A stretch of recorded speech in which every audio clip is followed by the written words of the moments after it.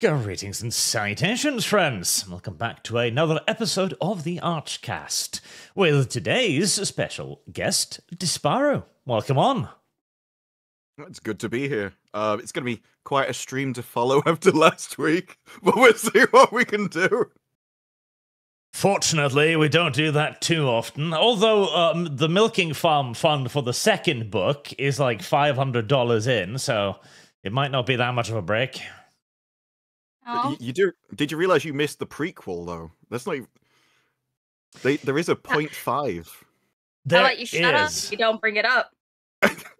Because I thought it was just one book, maybe 2 or 3, and then I checked the series to see there was 7 of them. Oh yeah, there's an entire book series around this basically interspecies community, which the interracial aspect of it is like the weirdest one to me. Like, the theory that women are actively trying to destroy civilization by importing foreigners, I don't know, I'm starting to see it. I'm starting to see it as just a fetish thing now. You're starting to see it? It's been the case, because I heard, ages ago that in the literary industry, men just weren't being able to get agents anymore. They suddenly went, we only want women to write this stuff. And he's like, well, maybe they could come up with the next Lord of the Rings. It's like, no, it's just Milking Farm all the way down. It's, the TV series The Savant? I do think there's a similarity with that, in that she's like, well, I'm saving the world. But there's a scene in the trailer where she's clearly shagging him. And I'm like, okay, so you've got this guy who used to be Master Chief, and he is a muscle-bound, six-pack-laden guy. And you're like, yeah, but he's everything I hate, but then again, I can't really resist him, and if I have to shag him to save the world, that's a price I'm willing to pay. I have lost. It seems to be all this kind of literature is just the animalistic monster I shouldn't be attracted to, but am. And I hate him, but I can't help liking him. It's also like the urge to reduce things. The Halo TV show, that absolute fucking shit show, which has an unironic scene in it where Master Chief is cucking Cortana. Yeah, and she's just watching from the sidelines as he is banging a spy that wants to destroy every human in the galaxy. Yeah, whilst fully aware of this fact as well. Like, he's not in the dark on this. Yeah, and she's, from what I remember, isn't she planning to kill him after? But she only wants to do it afterwards. She's like, obviously, I'll bang him first, and then when he's sleeping, I'll pull out this laser sword from my nail. It's like, I think Master Chief is attracted to her because she's the only other person he's ever met with a nose as big as his. There's some kind of kinship there, I think. But like on female writers, right? So the big push for female writers happened like 2010-ish, and a little bit previously. Now, partially this was due to diversity, right? Like, oh, only men write books. We gotta change this, etc. But it was also in large parts due to J.K. Rowling being fumbled. So people believed that, okay, women authors will become super popular because this one female author became like the defining author of multiple generations. But there just hasn't been a follow-up to this at all. What successful female authors do we even have today in the last 100 years? What, you don't like the absolute masterpiece that is 50 Shades of Grey that was a Twilight fan fiction? That's the thing. It's not like the sales of... well, I don't know the exact numbers, but if you look at the best-selling charts, it is all these kind of romance books. And it's kind of a not self-fulfilling prophecy, like a feedback loop, where because these are the only books coming out, they're now looking at stats that go, well, men aren't reading books anymore, so therefore we must only have female authors to write for female readers. And so it just gets worse and worse and worse, and they use their own creation as the proof that they have to keep doing it. It's really strange. Mm-hmm. Yeah, and the thing is, too, like, men can't read female fiction Because it's the horniest fucking thing I've ever come across. Jesus. Which you would think would be a male thing, right? They're supposed to be the horny gender. It's like, no. And yet, not at all. Not all women's literature is like shamelessly horny. Have you read the what was it? Flowers in the Attic? That one was really good. I enjoyed that one. What's it about? No, but I did. It's about the siblings that are trapped in their grandmother's attic because she really hates them. Their father died at the beginning of the book. Their mother can't do shit. The two eldest may be engaged in an incestuous relationship because they only have each other and never see any other human beings for quite some time. So your non-horny example is the incest example. They don't do anything because they're teenagers. That's icky. The rest of the series isn't like that. Teenagers, they eventually escape. So if they weren't teenagers, then the incest would be fine with you. Oh my god.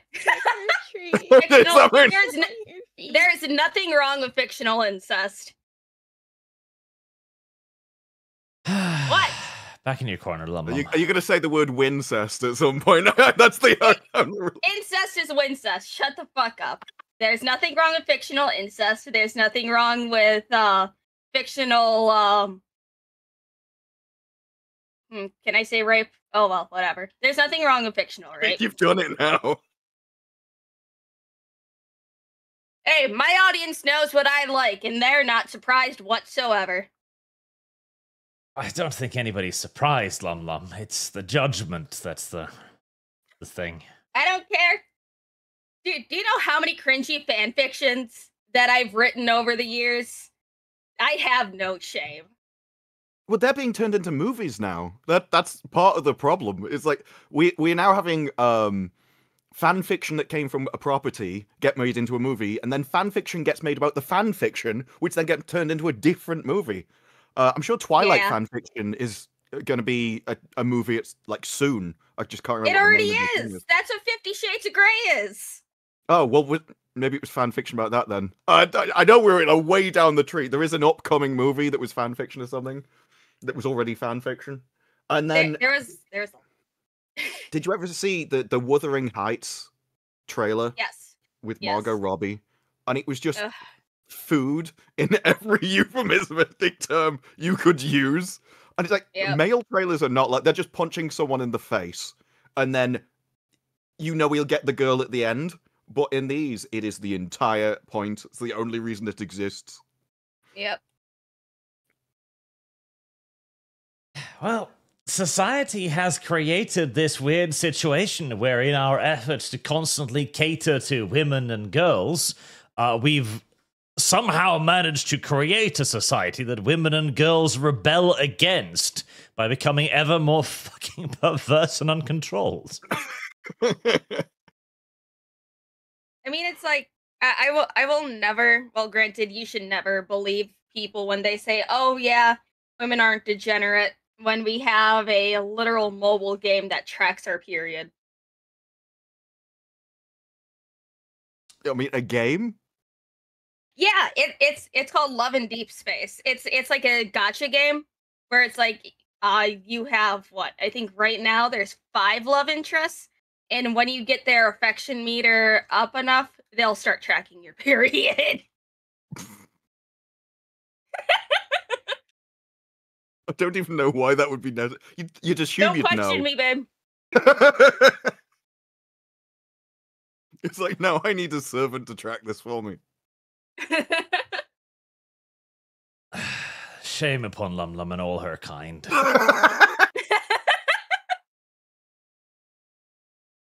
Also, I'm not sure you can do. I can't meet anyone without them finding out things about feet, and then 12 minutes in, you bring up that. Hey, I prefer to talk about that than feet. Feet are gross, they're icky, and that's why Arch just has a narrative created. Just because I absolutely hate feet, and I despise the thought of them. I think they should be cut off. He's like, well, this woman absolutely loves them. And I'm like, I hate you.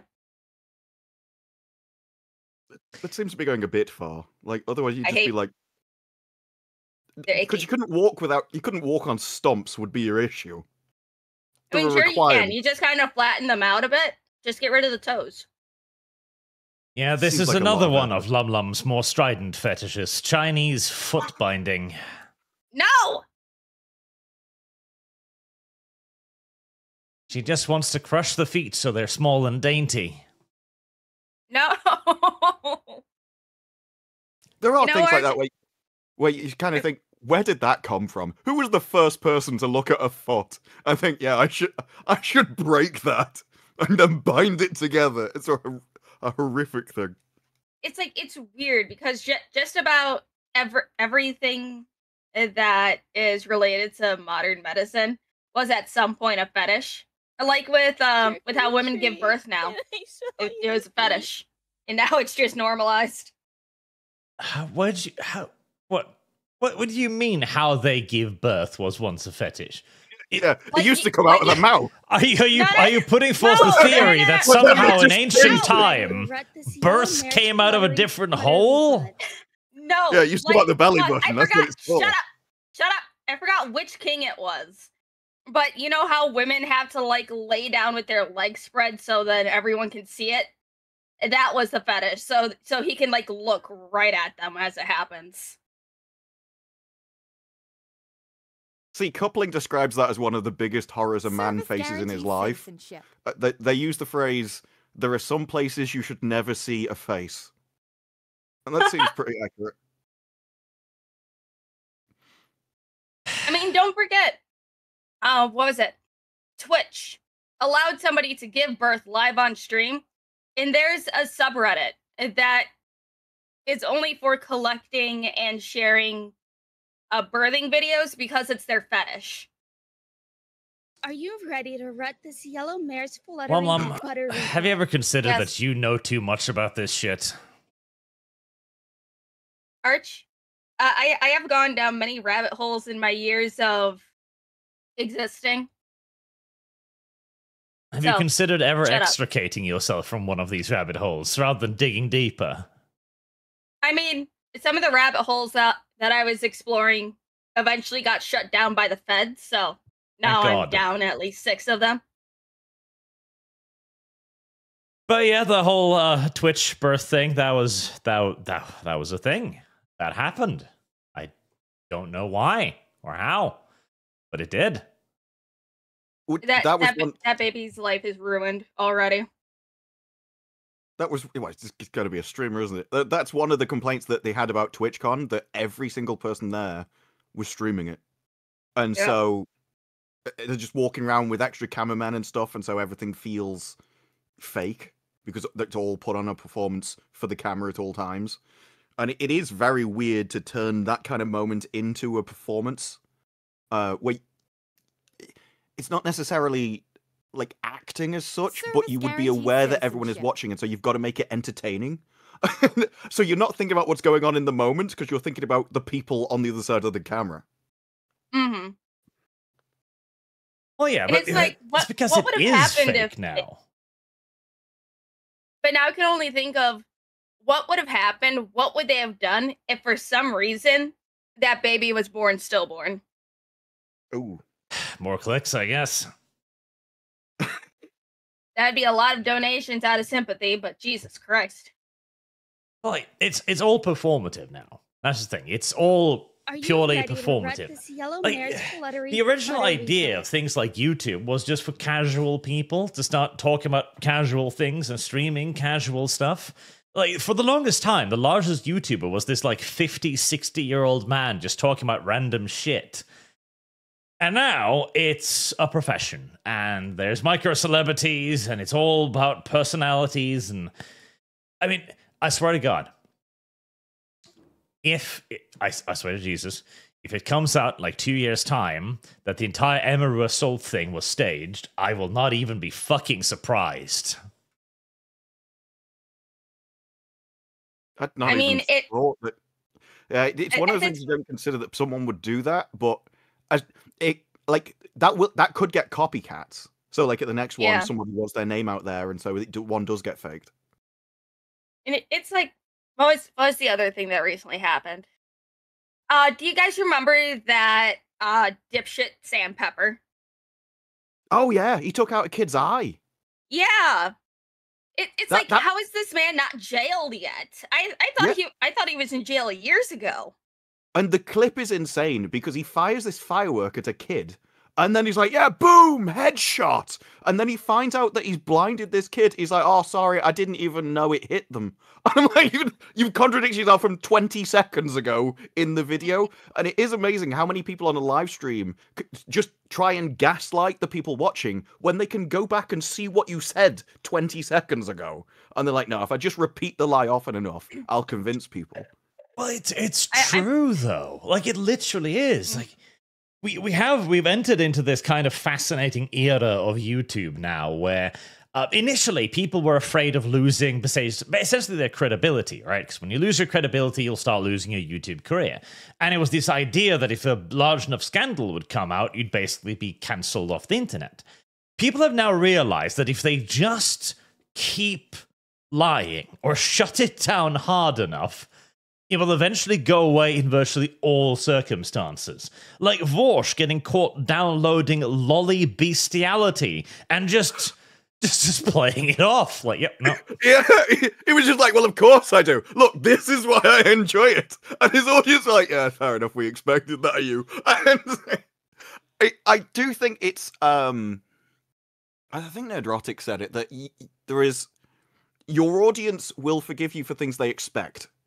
What they really don't like is if they feel like you've lied to them. So let's say you were some kind of Christian preacher and then they find out you're cheating on your wife. That would be a far more bigger deal than somebody that they already thought was a degenerate that kind of expected that. And I think that's why someone like Vorsh gets away with it. Nobody you find out he's into horses, you're like, yeah, that actually fits, to be honest. That tracks. Yeah. Yeah, it's the same with the whole Hassan thing that's going on. Like the collar gate has become the biggest thing ever, but it's still only the normies. Like the very idea that somebody can be basically caught shocking his dog alive on stream, showing off the shock collar, taping the bits, and still somehow have an audience would be fucking inconceivable a few years ago.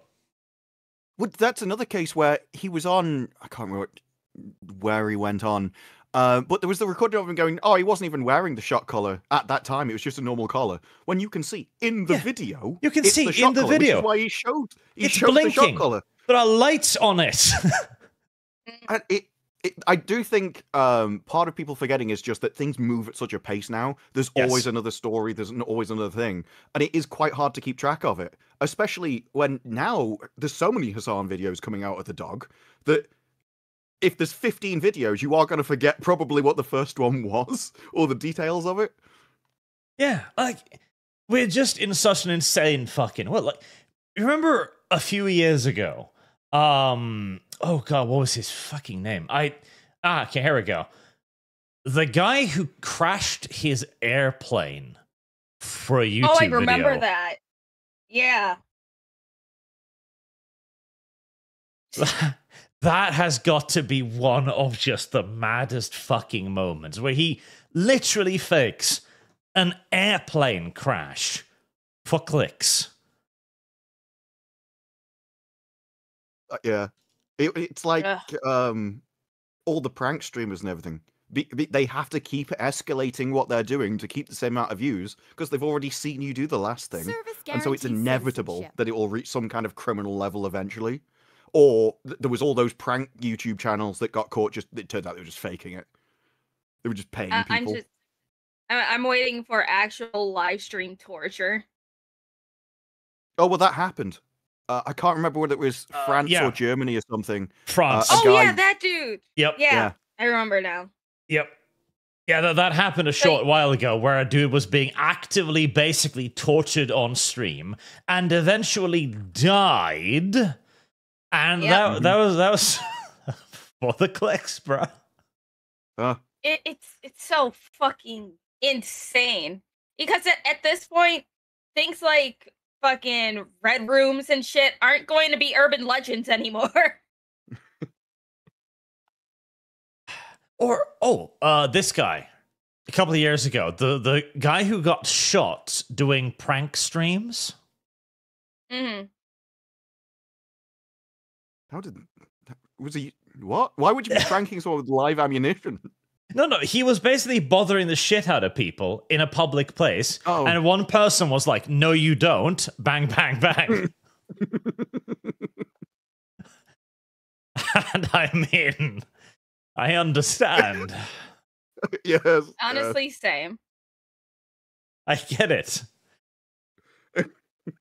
Well, they always, yeah. It's like, I think I said it around Rings of Power. Like, there's a reason that people don't go around acting like Galadriel or She-Hulk. It's because they end up on the floor. It's like that's why you don't find men walking around acting like complete pricks all the time, because they'll eventually do it to the wrong person. And that's like you can always tell that a lot of this writing in Hollywood is kind of. It's you know, if you've had an argument with somebody and later on you think of a great comeback that you should have said, that's a lot of the writing in Hollywood now. It's them projecting onto a character and just living their fantasy of the person they want to be. But you could never be that person because you would get battered. Yes. YouTube has fallen a long, long fucking way from what it once was. But I guess that's just inevitable. It's kind of interesting how certain people gather like hate over time, because there was like Johnny Somali, and every time he went to a new nation and pissed them off, everyone from that nation would follow him to the next one, and everyone was waiting for him to get his comeuppance until eventually, like now he's up on court trials and stuff. Mm-hmm. And well fucking deserved too. Oh, yes. Well, he found out that not all countries are as polite as Japan, especially ones that have mandatory military service. You ignorant slut. Right. Also, Krieger came in with two $50 donations. Thank you very much, sir. Jesus. Is this going to be more? Yep, there we go. Milking farm. I figured. Lumi, control your boy. He's telling people girls like it when you spit in their mouth. Lum. I never said that. The fuck is this fresh hell, Lum? I never said that. Wait, hold on. Did you watch my F-list stream? She never said that, but she immediately knows, like, oh, hold on. I know a part. Mm-hmm. Don't watch the F-list stream. You'll be more disappointed in me than you already were. Sounds like you said something similar to that, then. It's like, okay, it was me and my two friends that were just going through all of the kinks on F-list, and my score was higher than both of theirs almost combined. There you go, chat. Like I told you, women like it when you spit in their mouth. Shut up. It's just a thing. And also, he says, I thought Lumi's favorite story was the coffin of Andrew and Lele, or Milking Farm. Shut up. He definitely likes Andy Milking and Farm. Lele is fucking great. I hate Milking Farm. It's icky. It's gross. I don't want to read the second one. Ugh. And plus, it's like spit's gross. Spit's icky. I honestly prefer a gun.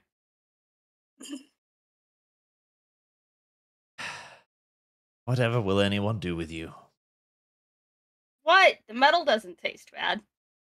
See, this is exactly why Razer put out this ad going, "Shut up, woman." Which I thought was a brilliant ad, but not everybody agree. Razer thoughtlessly alienates half its audience. Oh yes, I'm sure. Yeah, all those Candy Crush players are really buying tons of Razer products, I'm sure. Yes, definitely. They're buying, what would they buy? Razer do sell, like, fingertip mittens or something, which is designed for mobile gaming, so maybe they're buying those. Trick or treat. I mean, Razer is one of those companies that it's kind of become a little bit of a miniature meme almost now. Oh yeah, here we go. The Oh, the finger sleeves, yeah. the Oh I my took the piss out god. finger I sleeves. took the piss out of these, and I had loads of comments going, "No, I own those. They're actually amazing." And so I was like, "Oh, maybe there's a bigger market for this than I thought." I mean, I guess You gotta think of those gotcha players, and also acknowledge the dono, Arch. finger sleeves. Yeah, acknowledge your donation. White Slan donates for finger sleeves. No, maybe not. This for a new Skaven RP art, or in the Claws of the Eagle. I am thinking of Claws of the Eagle now, just because I'm also annoyed about Bloodlines 2 at the moment. Thank you very much, sir. But I do... Okay, so this is just kind of funny, right? But it also shows a bit of a more cultural shift, because you've got PC games like, oh my god, shame. But the very fact that Razer decided to put out an ad, basically like, yeah, women are annoying. This is... The headset has noise cancellation on it. I think there's a reason in why MMOs they talk about wife aggro. This is a well-known phenomenon. Yeah. It's pretty nice to see stuff like this. It's beginning to show a little bit of that shift yet again that, God, I've been waiting for so fucking long. I'm just surprised that he needed a headset for this. Normally this is a talent men develop naturally. Yeah, filters. Mm. But sometimes, the filter's more challenging than others. I mean, after all the social conditioning of boys growing up, be like, okay, you need to listen to all of your girlfriend's woes. Otherwise, you obviously hate women. I think my favorite thing about that is you're not supposed to solve the problem, you're just supposed to listen to them whine about it. Like, no, if you have a problem that you don't want solved, you don't have a problem. This is one thing that I have never understood this, where a woman would complain and act like she wants help with it, but then gets pissed off when you try to help. Even I don't understand that. I don't know, Lum. All of the things I've done to help you, like your branding, for example, and you've only ever yelled at me. I don't want that branding! All of the art that I've caused to be made of you. Ugh, Tori's art style is so adorable, but it's so cursed. And yet only anger. Only ever anger. The foot grinder, yes, you only get pure anger. This is cautious approval. I don't know about cautious. Shut the fuck up, Arch. Oh, and speaking of the turning, so either of you played Bloodlines 2? No, I played the first one, which is why I haven't played the second. Yes. I've been enjoying your suffering. There was no way this game was going to be good because it's been in development hell for too long and had two separate developers, etc. But the marketing around it has been very entertaining to me because there was a lot of stuff like this, like, no, Bloodlines 2 is absolutely going to be amazing. There was one of the Paradox had a little pet VTM YouTuber chick that they used to promote their game, who was all aboard with it until the game came out and was like, nope, friendly ship. And same with the media too.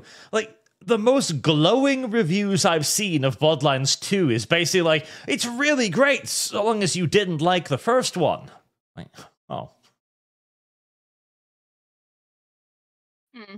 Quite the praise? I don't know.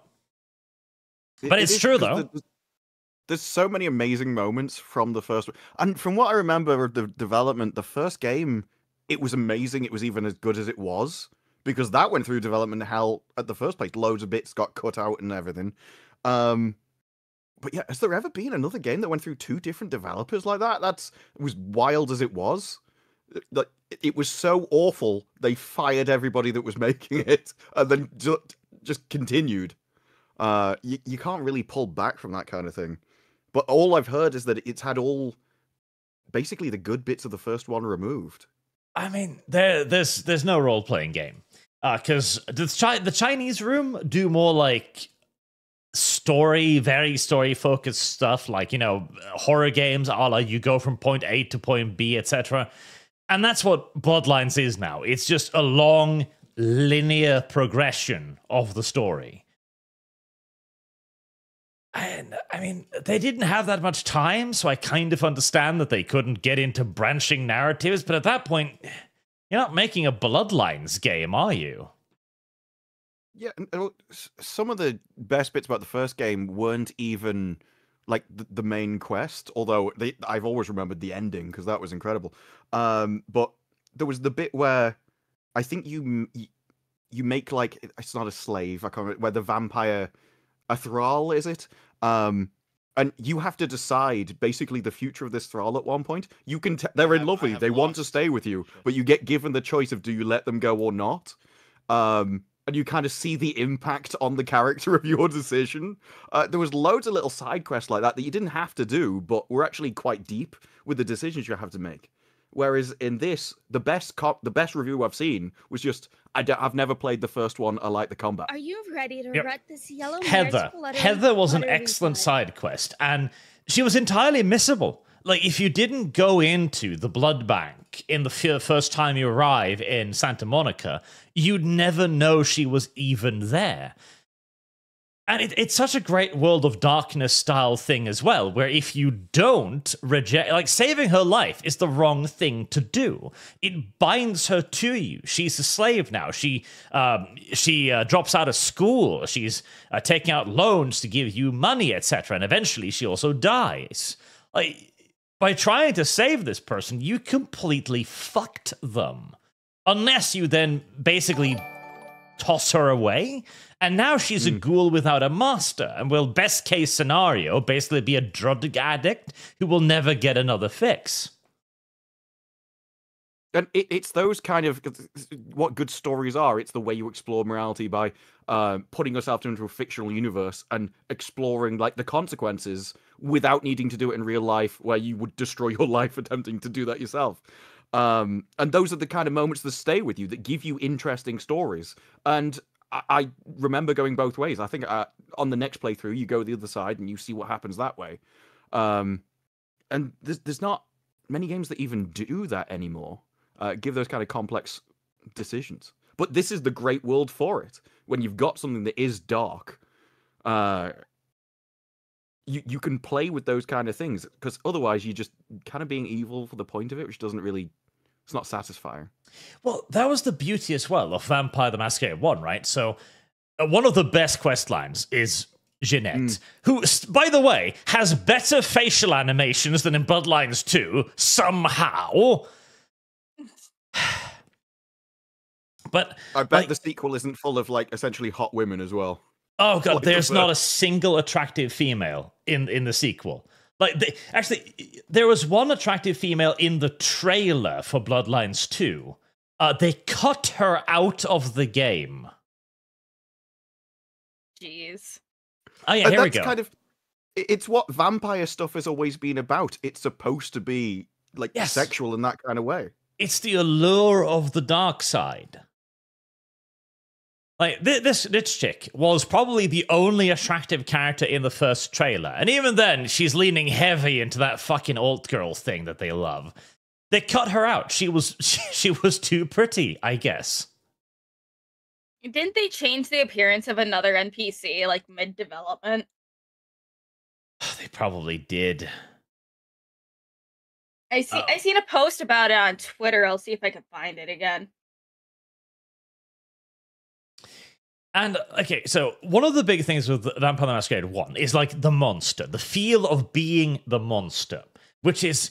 It is such a subtle realization in Vampire the Masquerade 1, where you go from being just the regular character in the video game to going like, oh shit, I am the monster. Like, I'm not just a human anymore. I'm not even some mindless alien monster. The vampires aren't that either, but they're all monstrous in their own right.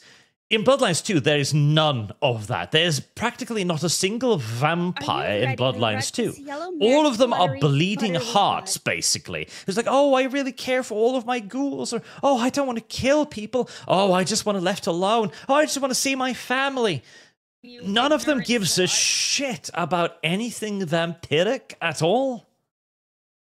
Yeah, there's a lot of that. Well, in Hollywood and everything, of all villains must be some kind of sympathetic thing.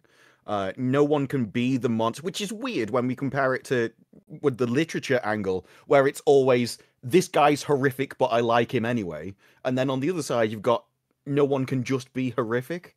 They have to be sympathetic. They have to care about things. They have to have had an awful childhood, which is supposed to make you like let them off the hook in some way. Yeah, it's the idea of villains too, right? Because in Vampire, you have an entire society that is obviously predatory, in that they feed off blood, but they coexist as well. Like Jeanette runs a nightclub so that she has an easy access to feed people. They don't drain people willy-nilly. Like, they are monsters, but they are measured monsters. And you run into monsters in the first one that are human, that are worse. Like the quest with the dude who invites you to take pictures of your feet and is keeping people with chopped off limbs in his basement. What? Trick or treat. Yep. Smell your feet. What the fuck? A custom-made quest for Lum Lum. Shut up. Oh my god. It's like I haven't played the first game myself yet. Arch, I think you bought it for me, actually, so I gotta get around to that. But I do like the universe for the World of Darkness, because I've been kind of going on a little miniature deep dive of just trying to learn things, because Arch is like, hey, we're probably gonna do something. I'm like, okay. And it's interesting that, like, for example, the Nosferatu is essentially hated by vampires and humans, so you're just kind of fucked and have to live in the sewers the entire time. But except if you play Bloodlines 2, where the Nosferatu are flamboyant gays. Why That is the weirdest. I There's saw supposed to that be clip. ugly little gossip queens that know information on everybody, but no one wants to interact with them. It really showed you have to pick a voice actor for the character, because there was no way that someone with that voice would look like that. That would be the case, and you could have done it. You could have a Nosferatu who's desperately trying to cover himself with makeup or something. He's definitely trying to fix himself and blend in, but it's still not working, so he kind of looks freakish and kind of uncanny valley. But instead, no, they just had him be monstrous, but still just as... And it's like, no one with that voice would give such little care about their appearance. It's never happened. No, like, the voice actors for in Bloodlines 2 were determined by a dice roll. I am 100% certain. I mean, Arch, don't forget, apparently it's not so much a secret that a lot of people in either Hollywood for actors or, you know, for voice actors will only hire based off of your follower count. They will ignore celebrities now. If someone else has a higher follower count on, like, Instagram or some shit, they'll hire them before an actual professional. Yeah, there was an actress that was complaining about that. I don't know, was she from Stranger Things? About the hiring practices, about how she doesn't want Instagram or something, but was kind of forced into it just to increase the follower count to get jobs.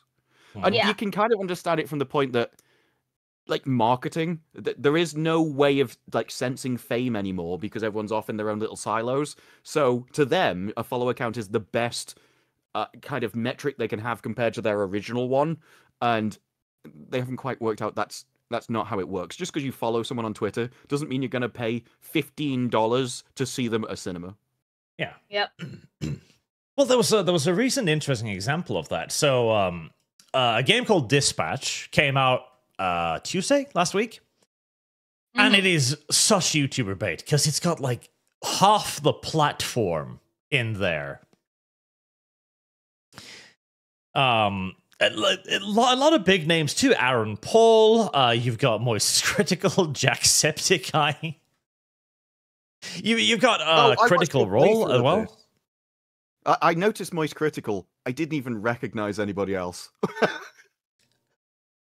It's got a lot of the more like I don't even know what to call them, like milquetoast middle style YouTubers in it, and it didn't do great. It peaked at 12,000, which for a game with this roster, I mean, Aaron Paul, you did not get him to sign on for this for less than 100 grand. I guarantee you. Yeah, it's like if you were going to do that though, they should have made the character models look like the people, because otherwise you don't know. Yeah, I've not even seen that marketed. It's like with that game, I think one reason people may not have bought it yet is because they're only releasing 2 episodes per week. Episodic. And you know people, they don't want to wait. But I think the one thing that I do like about the art style is that it reminds me of one of the episodes of Love, Death, and Robots. If you know the episode Fish Night, it has the exact same art style. I'm like, okay, they had to have gotten the art team from that. And I do like it. I do like that art style a lot. Yeah. Part of me is thinking they might have had more success just making a TV show, because they clearly wanted to make a TV show. And I even like this game. I enjoyed playing it quite a lot, honestly. It's got good voice acting. The voices mostly fit the characters. It's enjoyable. It's certainly a level lot better than the fucking Bloodlines too. But this has got to be an enormous financial fucking failure. Or they're just thinking like, okay, we'll make this. We'll make it an entity, and then we'll sell it to Netflix, who is buying up everything like this for like $10 million. I would have preferred this to be a TV series, because I liked watching a stream on it, but it's never a game that I'd play for myself. And so it was far more just a watchable story watching a stream. And I imagine there's loads of people like that.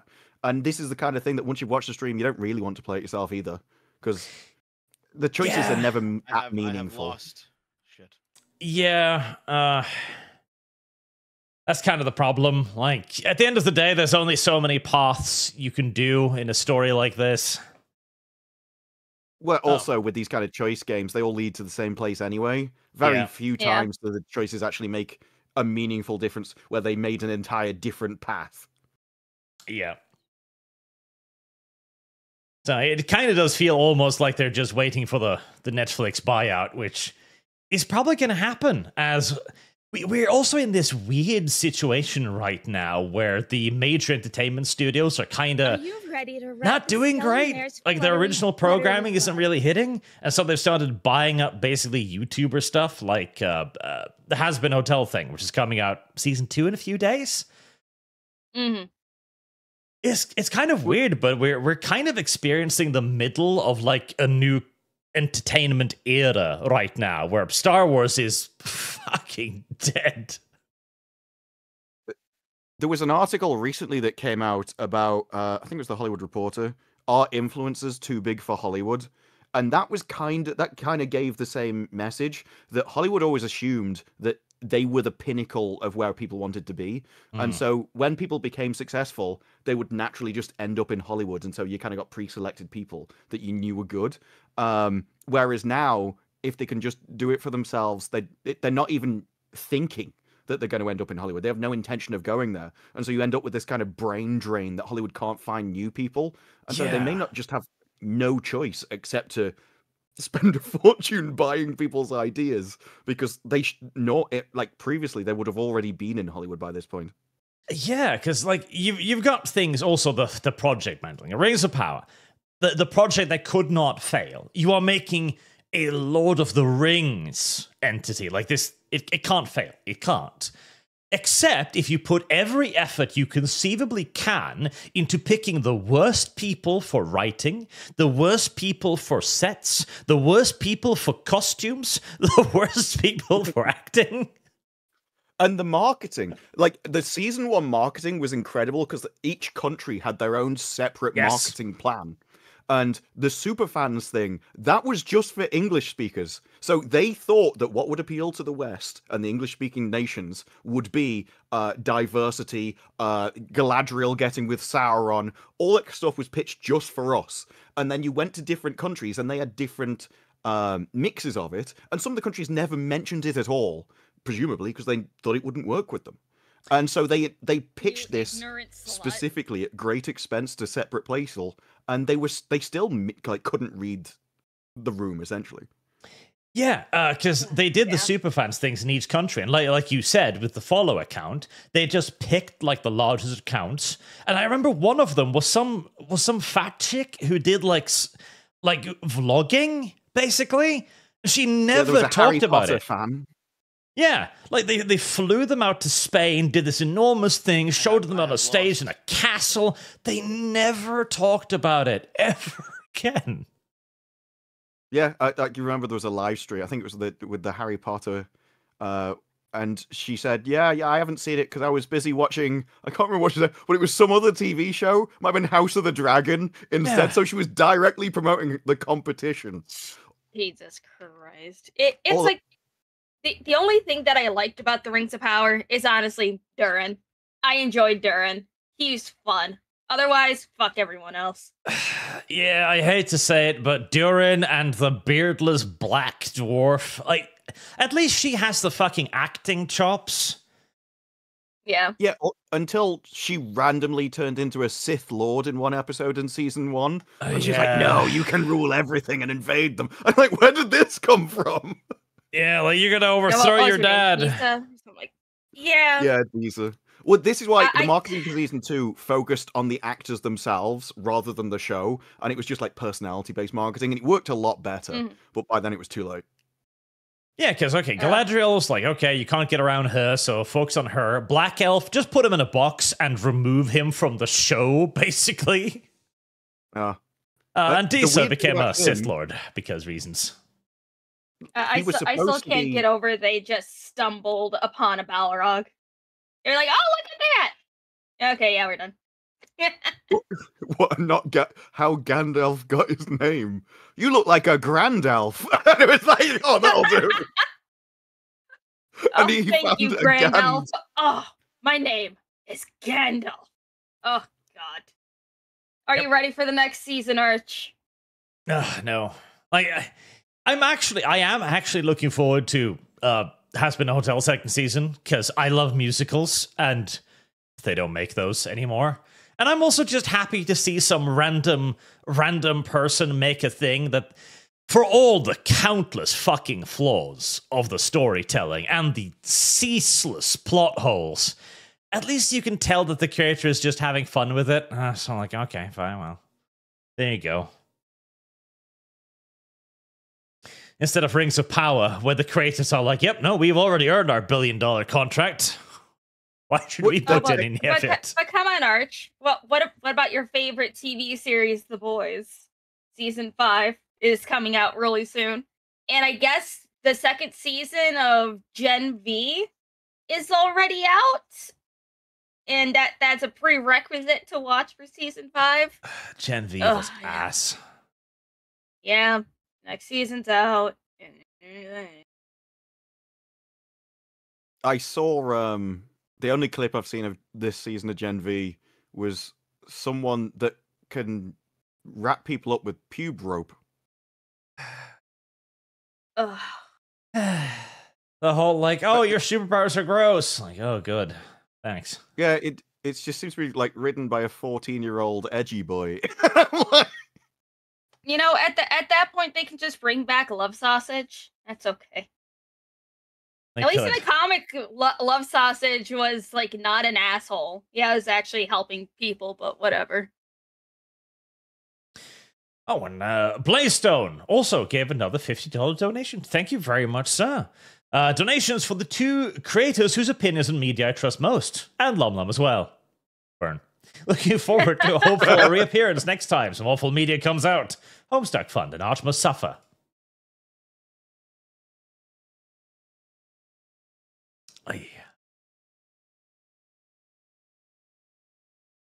see what else. Oh yeah. We've got our several things today. Let's see if we can get on to some of the actual topics before we wander off on even further tangents. I thought you were doing topics. That's why people watch us, for the tangents. But before we go on to another topic, start reading Super Chats, Arch. Soon. Real quick. I just... on the topic of diversity, I want to bring up... So, either of you remember the Outer Worlds game? Yeah. I've not played it, but yeah, I've heard of it. So, when it first got marketed, because it was made by Obsidian, and a lot of people was hailing it basically as kind of like a sci-fi Skyrim. That was not what it was. It was like 8 hours long as just a stupid little singular story thing. Didn't get much in the way of success, but it was very progressive, like asexual characters and all of that nonsense. But because it was so disappointing, nobody really talked about it. And now they're coming out with 2, and they've doubled down on the diversity, of course. And I think this might actually be like a proper flop now, because the diversity has now finally reached the edge of unpopularity where it's just cringe now. It's not even people talking about it anymore. It's just gay and boring.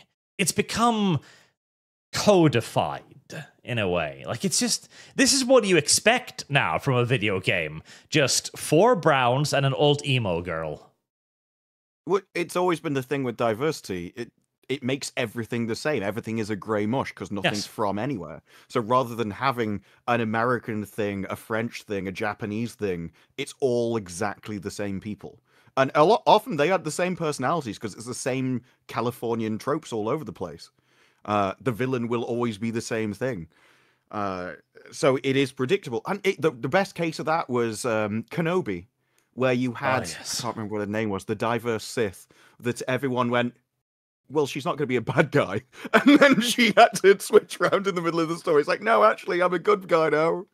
Like, if you can call the story just by the tick box alone, you've killed entertainment. Well, yeah. And as you say exactly as well, the problem is everyone's just Californian. That's the problem in Bloodlines 2. It's the problem in Kenobi. It's the problem in Lord of the Rings, Rings of Power. Like, there aren't any elves anymore. There are no vampires, there are no Sith, there are no Jedi. There are just variations on people. Modern Californian people. It's because they don't travel and they don't mix with other things.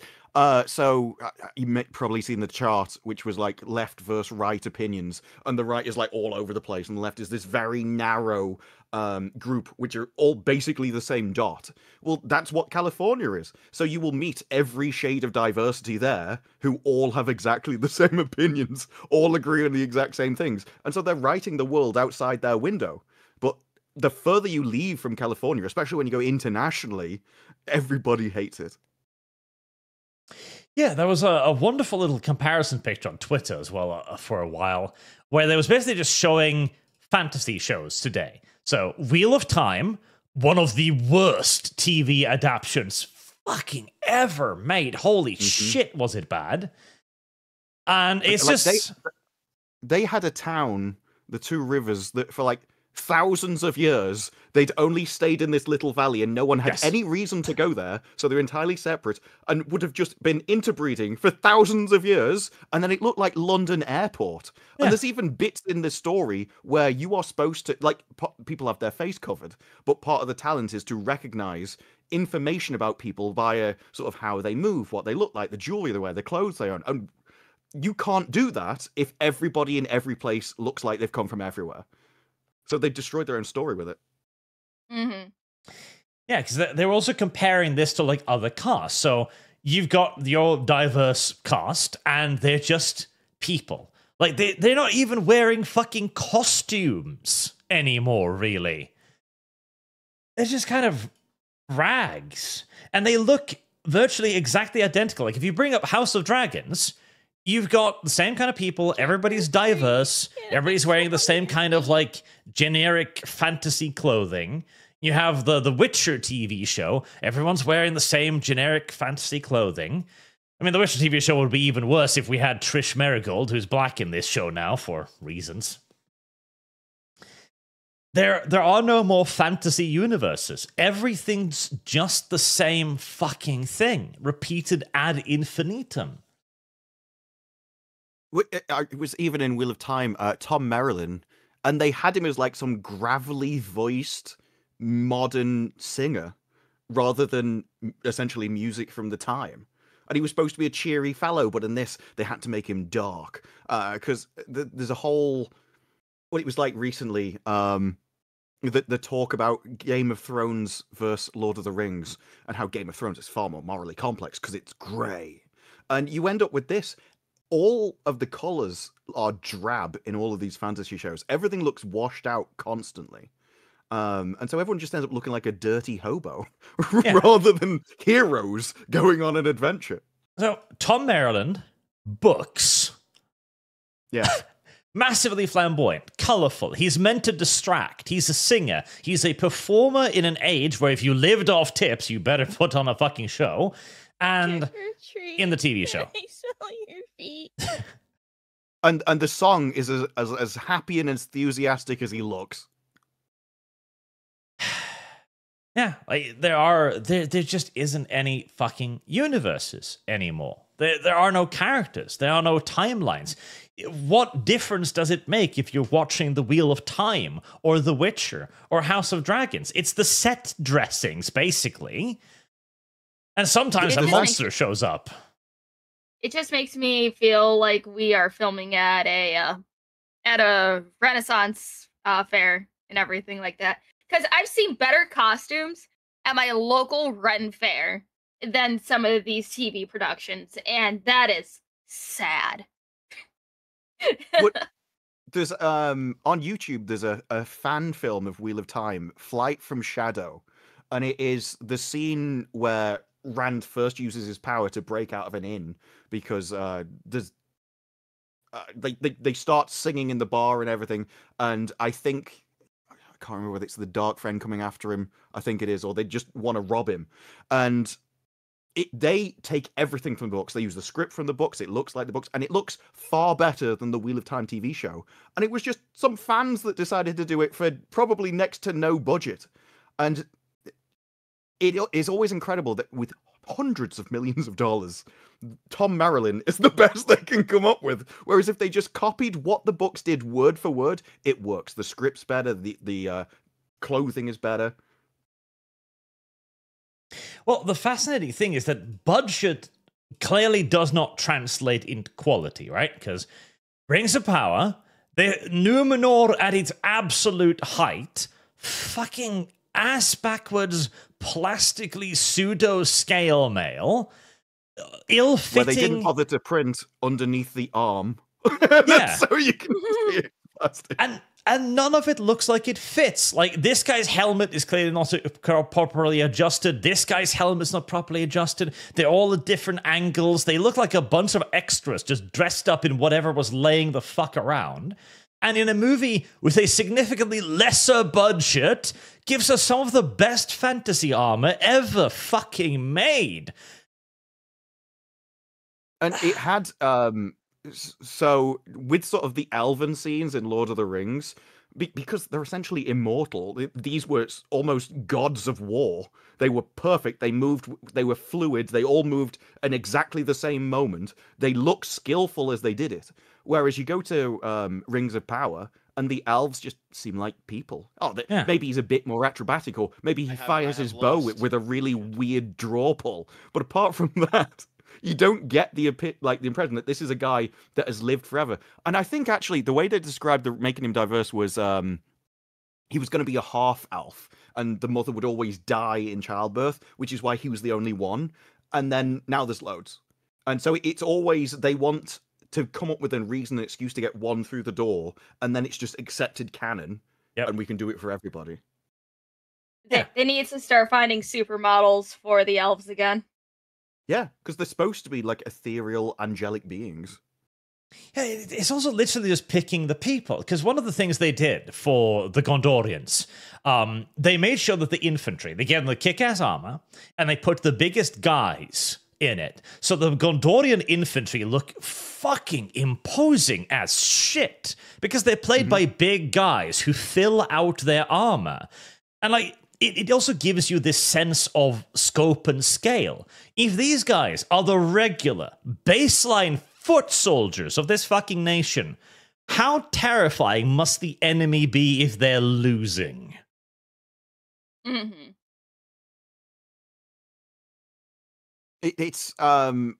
There is a, they don't want to, it's just like they don't want to put attractive women into things, they don't want to put masculine men into things either. You even saw the James Bond game that's coming out, and he just looks like your average zoomer.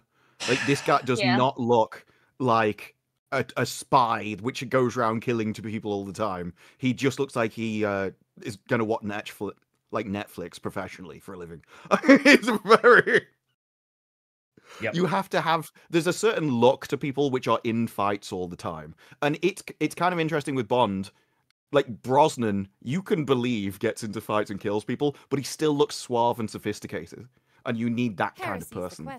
Fire. Yeah, I always like actual pictures of Brosnan. Even now, in every picture he's ever in, he looks like Bond. Yes. He was perfect for the role.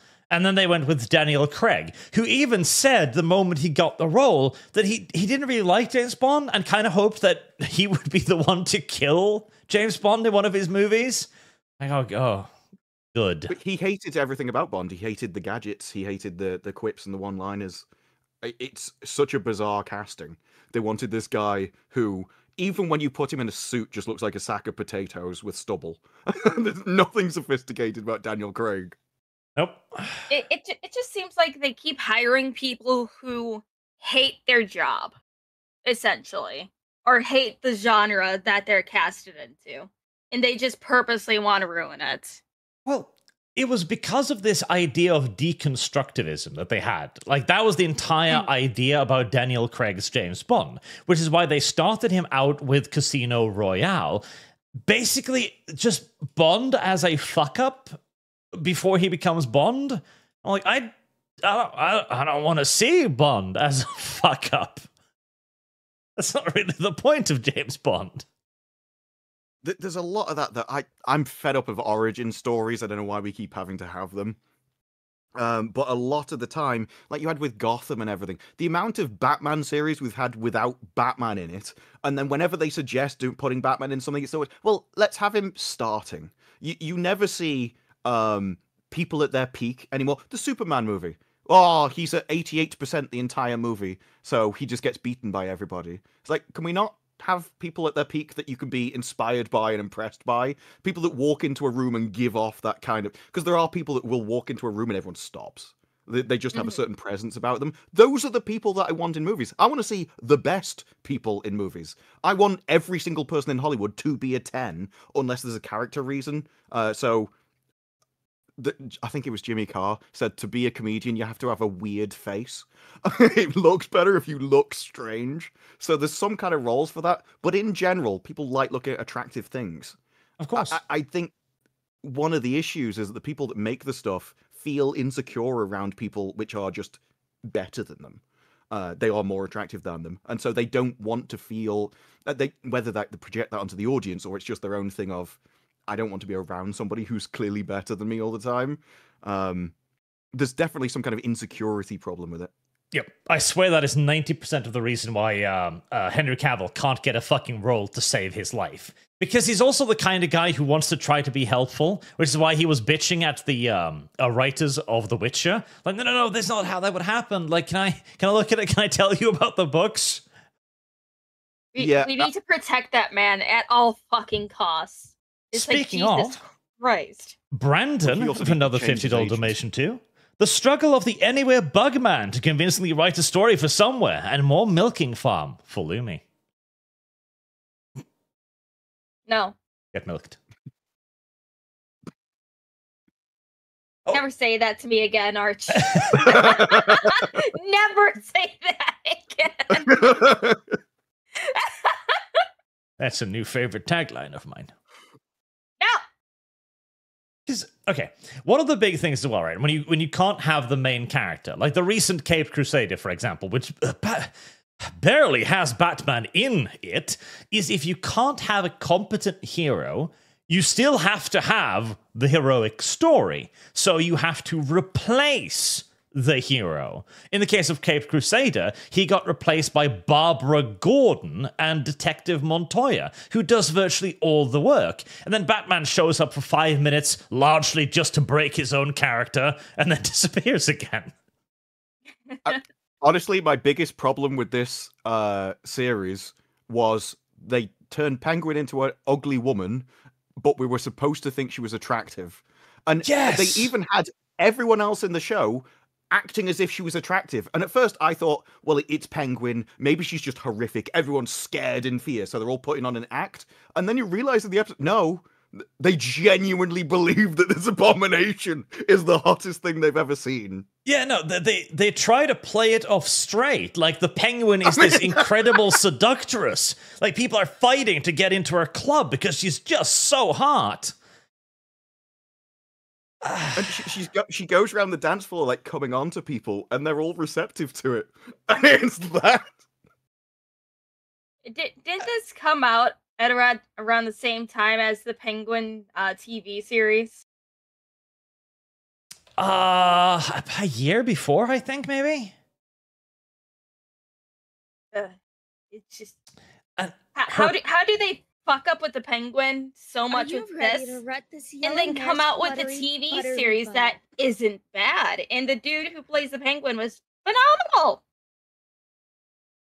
Like, her plotline, too. She has a naval cannon on her boat. And the police have no idea why random buildings are blowing up. Like, nobody sees the flash. Nobody hears the report of the cannon across the fucking harbor.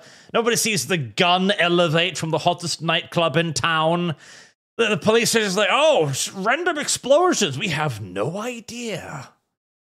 It's okay, Arch. She has a silencer on it. That entire show was... I mean, we can at least say that it's not the worst Batman show to have come out recently. That has got to go to Batman Aztec, so, you know, it's something. Well, and isn't there another new Batman show coming out? Yeah, with the that weird looks like absolute dog shit. Oh, the fucking Bat Family thing. Yeah. Yeah, like, the thing is, like, I am not opposed to there being the occasional stupid, levity, dumbass show, right? But these needs to be breaks, okay? When you have too much good, serious Batman, then you can do a stupid, jokey Batman show. We haven't had a good Batman for, what, 20 years at this point? Everyone that has made all of these shows thought what they were making was good. It is just their quality bar is different than the audience's. Well, it's that they don't know who the fuck Batman is. Yeah, but whoever made Penguin must have thought she was attractive. Because it wasn't a joke. I presume so. Well, the worst part is, the designer for this show was Bruce Timm. Did he know the script he was drawing for? Yes, he even, like... Okay, so the story behind Fat Female Penguin was they were sitting in their writing lounge going like, oh, what are we going to do with Penguin? He's so boring. And somebody was like, let's make him a fat woman. And Bruce Timm himself was like, that's a fantastic idea. They were so proud of this. They talked about it in interviews. I have no idea what's going... It's like people went through a parallel dimension and just came out with half the IQ they had before. Yeah, no, it's genuinely baffling. Like, the man who invented Harley Quinn, probably the single most popular original character in DC animated history, also came up with Fat Female Penguin. I mean, it's happened with a few things. Doctor Who was the same. They brought back the guy that resurrected it, Russell T Davies, and he just promptly destroyed it. Yeah, but Russell T Davies just kind of went off the deep end over the years, too. Well, this is the point. Everyone seems to. Over the last, 10, 15 years, as the culture changed, they just went along with it. Yep. And it does seem to be that there's a load of people which, whatever is the dominant social order in the society, will just innately believe it. They have no thoughts of their own. They just follow whatever's happening at the time. And they don't even know it's going on. They don't know they've changed. They don't know that they've lost their talents. They just keep puking out whatever is like in front of them, and their little social group believes in. Yeah, and it's like watching a washed up musician just keep trying to relive his glory days, and it's like, it's okay, no, you can retire. It's okay, well, please stop. it's worse than that, because they're not trying to relive it. They consider their glory days to be abhorrent. Like, that was the design of the new Harley Quinn, for example, where he hated the old Harley Quinn, and they came up with a new one. And you can look at them side by side, just a simple edit, and it's like the entirety of this character. The weird jester outfit looks worse than the twin tail get-up. The facial structure is worse. The eye makeup makes her look worse. The piss yellow and green combination. She looks like a pineapple in the first one. Yeah, it's almost like they're because if insecurity is part of it, like going back to Henry Cavill for a sec, the way they would take his "I care about the canon" is, you're putting this above me, so I hate you. Like, you're saying that is better than anything I could do, so that I feel like that's an attack, and so I'm gonna attack you back and hate you for it. And it seems like some people in the industry might know that consciously or subconsciously, and so they almost lower themselves to that standard. They don't want to put their head above the parapet and make other people in a very lovey, sensitive industry, well, pissed off, because they will destroy your career. And so everybody just produces crap at the lowest common denominator. I mean, just wait till that new Bat Fam show comes out. I just put the IMDb and live links.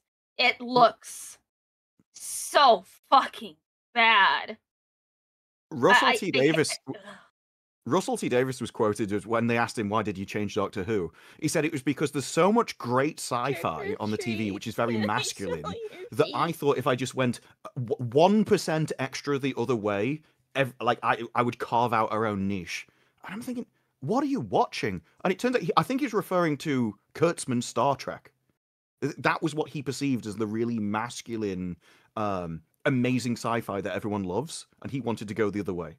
yeah. So their view of like masculine male content is already way over the other side, away from the audience. And it's this idea too. Is like, okay, I have identified what people really like. I'm gonna do something different. Okay. Go ahead. Oh, God. Okay, let me catch up on a few of the super chats and we'll keep going. Luma loves feet. She does. Hello, Lum. Oh. Hail Arch, High Rest. Disparu, you likely have the privilege of being the only guest Lumi hasn't asked for feet pics before coming on to. Oh my god. No, it's never happened. That's not necessarily true, chat. She might have asked him. No, ignorance. Now she asks for alternate endings to Milking Farm. Oh my god. It's like, what would you do? Lum, have you tried to make Moose Man wear a bull costume yet? No. Really? Because I'll ask the Never Moose gonna Man happen. tomorrow, and if he tells me yes, You I can was ask, wondering when that was going ask him to. yourself. I was wondering when you were going to add the last bit, because you went no. that's not a never. It's never going to happen. I would never ask him to wear shit like that. Jesus. Oh, of course you wouldn't ask him. You just expect him to know that's what you wanted. yeah, Shut up. you just make it explicitly clear. Just leave little hints, like their helmet somewhere. Lumi loves feet, says the ArchCast. Unfortunately, this is likely because she heard that British feet are in pair with British teeth. Though, who knows? She might ask anyway. There's probably a book about that too. The Great Foot Book. What the fuck? Dark Resurrect says, no message beyond Lumi loves feet. That's true. God damn it. Enigma5648. Oh god, it's doing the at thing again, isn't it? YouTube, make up your mind. Are you going to keep the at things or the names? D&D went from Mighty Max to Polly Pocket. Yeah, D&D is just dead now. It's just gay race orgies now. That's just what it is. Mechanics on Duty. Dis, you've streamed with Billy and Aiden. Don't act like you've not dealt with this before. Dealt with what specifically? That was a D&D stream as well. Although luckily he's like, yeah, we're not doing any of the modern D&D. To be fair, there was no talk about milking farm on those streams. Wow. Clearly you're doing something wrong. Luminos Feet says, also chat, please donate to Dawn of War 3, Art's favorite game. I will hurt you. Alex Anderson, I've had an idea. Why don't we make Master of Command Lumi's first strategy game? Put everything I taught her about Napoleonic warfare to the test. Lumi absorbs knowledge like... What's the opposite of a sponge? A rock? Hey, I absorb some knowledge. I'm like, I don't know, a small rag. Have you remembered what the caliber of your handgun is yet? No. Is it What still a way to describe 357? yourself. I am a rag. Listen, that's one of Lumi's better takes compared to, other things. Shut up! I will stand by this. Why would you want to stick your fucking dick in someone's ass if you could just go to a dude? That's gay. I don't care. What? Lumi's position has evolved. Why fuck a woman's ass when you could fuck a man's ass? It's far straighter to do it than a man. I was like, what? Shut up! That's a I very don't good care. question, Lum. Any butt stuff is fucking gay, man. Why have anal sex with a woman when you could be having it with a man? You might as well go the whole 2025. hog. Butt stuff is gay. That is my position. I think it was Lockstock that had something about that. It was like, why would you go with a woman? It's far straighter to be with a man because women are like soft. Like soft and curvy.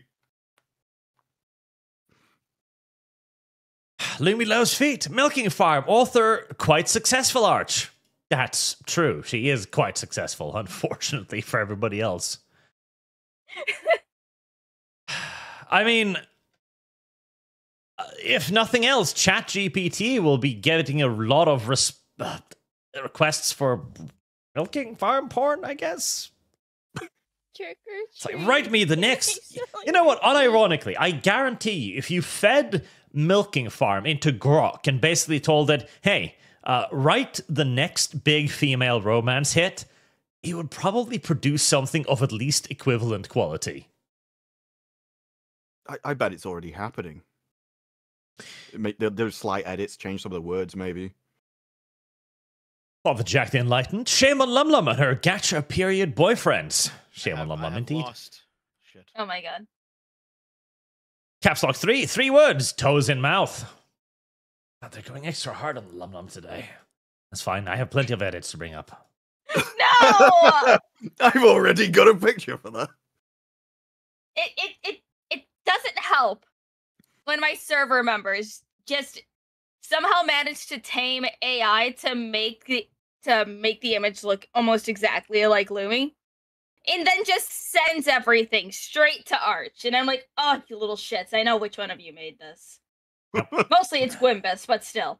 I get weekly updates. God damn. Actually, you know what? I did the Shame Corner edit first of my own, but I don't know if... I think I might like this one almost better. It's because it has my retarded pony on it. Yes.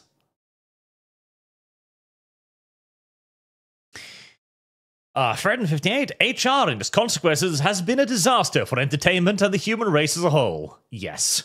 A bunch of middle-aged, overweight Karens suddenly determining who is... Okay. Are you ready I don't know if to wreck Disparu this has yellow mare's heard my buttery most correct butt? take, but Harvey Weinstein was a hero who did nothing wrong and must be reinstated post-haste.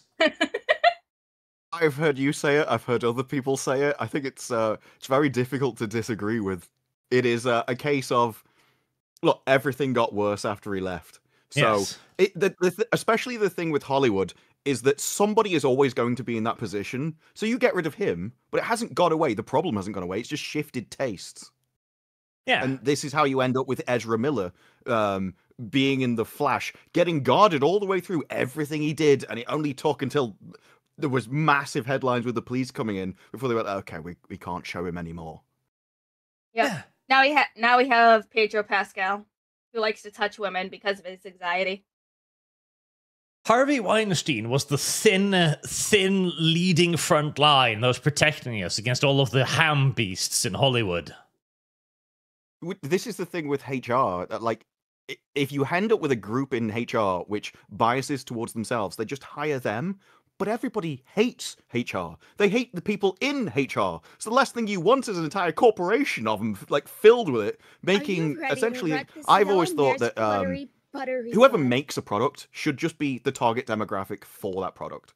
This is why Bud Light went down, because they wanted to change their image, because a woman was in charge of it who doesn't drink Bud Light, and so she wanted to change the brand to what she liked, because that's how everybody judges quality, what you like.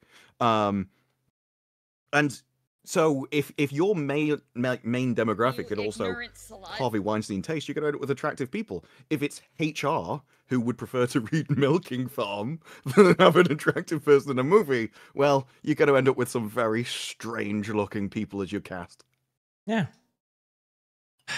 This was why the professional boards of active underground pedophiles at Disney was the only source of attractive people there for a while, and now they too have been wiped out. As you can certainly say a lot of things about, like, again, the Disney pipeline, attractive people that come out the other end looking like they've been abused for 5 years, because they have been. Listen, yeah. Disney has an underground board of, like, some of the worst old people you've ever imagined. There's a reason why, at the moment they get out of the Disney thing, they all start making themselves look unattractive, so that nobody does it to them again. They all like fucking Bieber. crash out, all of them. So yeah, no, that's a problem. Look at Harvey Weinstein. Did he scar people for life? No, he just short-termed. We've got to go with the minimum amount of, long-term harm here. Simple as. It's like Hollywood. It will always be a den of degenerate filth. You've just got to pick your poison. Yes.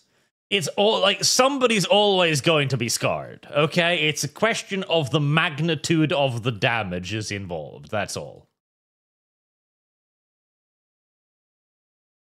Harvey Weinstein was the perfect middle ground and must be liberated.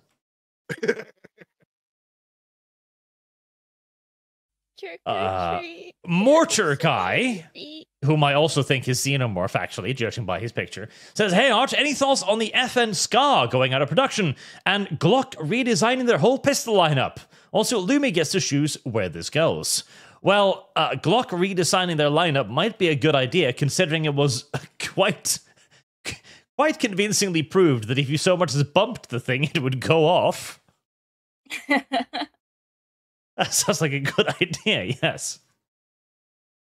And put that towards Darkwood. Milking Farm? Okay. Darkwood! Pretty sure that is an entry in Milking Farm, indeed. Oh my god. There you go. And I'm a little bit sad that the Scar is out of production, because I always liked the Scar. At least visually. It was a cute little gun.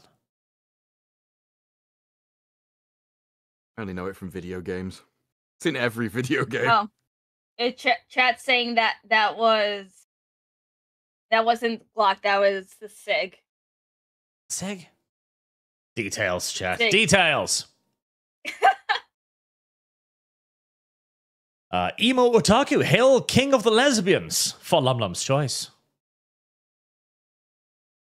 Darkwood. What have you done now, Lum? I didn't do anything. I don't believe you. I am a good fish. I am a good fish. I am a good feminist. I am a good feminist. No, fucking hate women. That's still my favorite quote from Milking Farm. Oh my god. I'd heard that before your stream. It's like, no, I am a good but there's that to be the but after it. Yep. I am a good feminist, but I would choke myself on his cow cock if he asked. Like a good feminist. That was a fantastic part of the book. Ian Brew, not just that publishers don't want men, they drop any woman who won't put tons of sex in the book. Friends with a bunch of indie authors. Stories. Well, George R.R. Martin is incredibly interested in this. He did an interview and he was talking about how his manager keeps him up to date on the sales charts. It's like, all of these adult novels and everything, they've been topping all the charts. And, they've got a lot of the stuff in them that I put in my books. I would not be surprised if we see George R.R. Martin make one of these. Like the Quitlet filth. I would love if George Railroad Martin would just, write his fucking books. No. No, I think you'll get this first. Okay, please. We're starting the next fund. We're starting the fund to have this man whisper erotic stories to Lum. No. Lum, imagine George R.R. Martin telling you about the seams of the ball sack. Are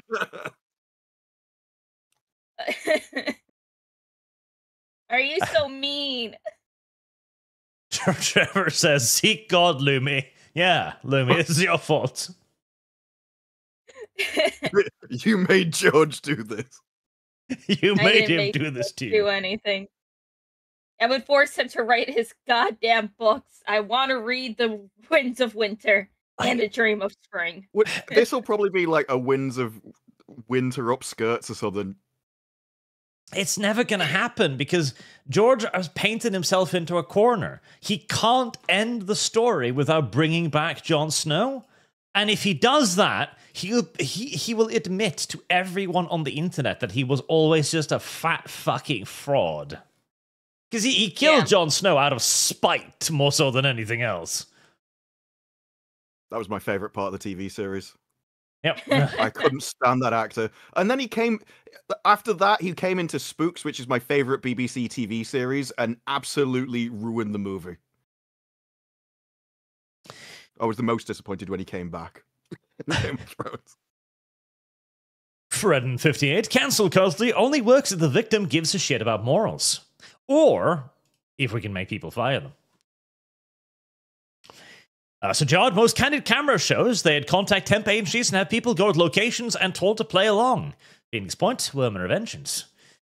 I mean, yes, that is basically what most of the fucking prank stuff is now. I have lost. Fred58, we are literally in cyberpunk with mega corporations and normalized violence.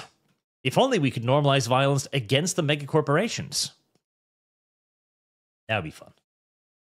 Oh, speaking of, that's a fine lead into this, which is actually good news for once. So, DLsite came out with this a little while ago, that they are now launching their own payment processors to compete with the Western ones. Oh, good. That's kind of wild. I've always heard that it's nigh on impossible to do. It takes all the money. To get government approval and all the permissions and everything is insane. So that's a lot of work gone into this. Yep. It's a lot of work, and there's lots of deal making as well, because you can't just make a payment processor. You need, like... I read a piece on this at some point. I think there was something like 24 steps that is in between you pulling your credit card, and the business actually getting your money from like security to like transference banks to intermediary banks to banks that literally just check that the money is being transferred to legal entities that need to check that the laws of that country is being followed and that country is being followed. It's apparently absurdly complex, this entire thing.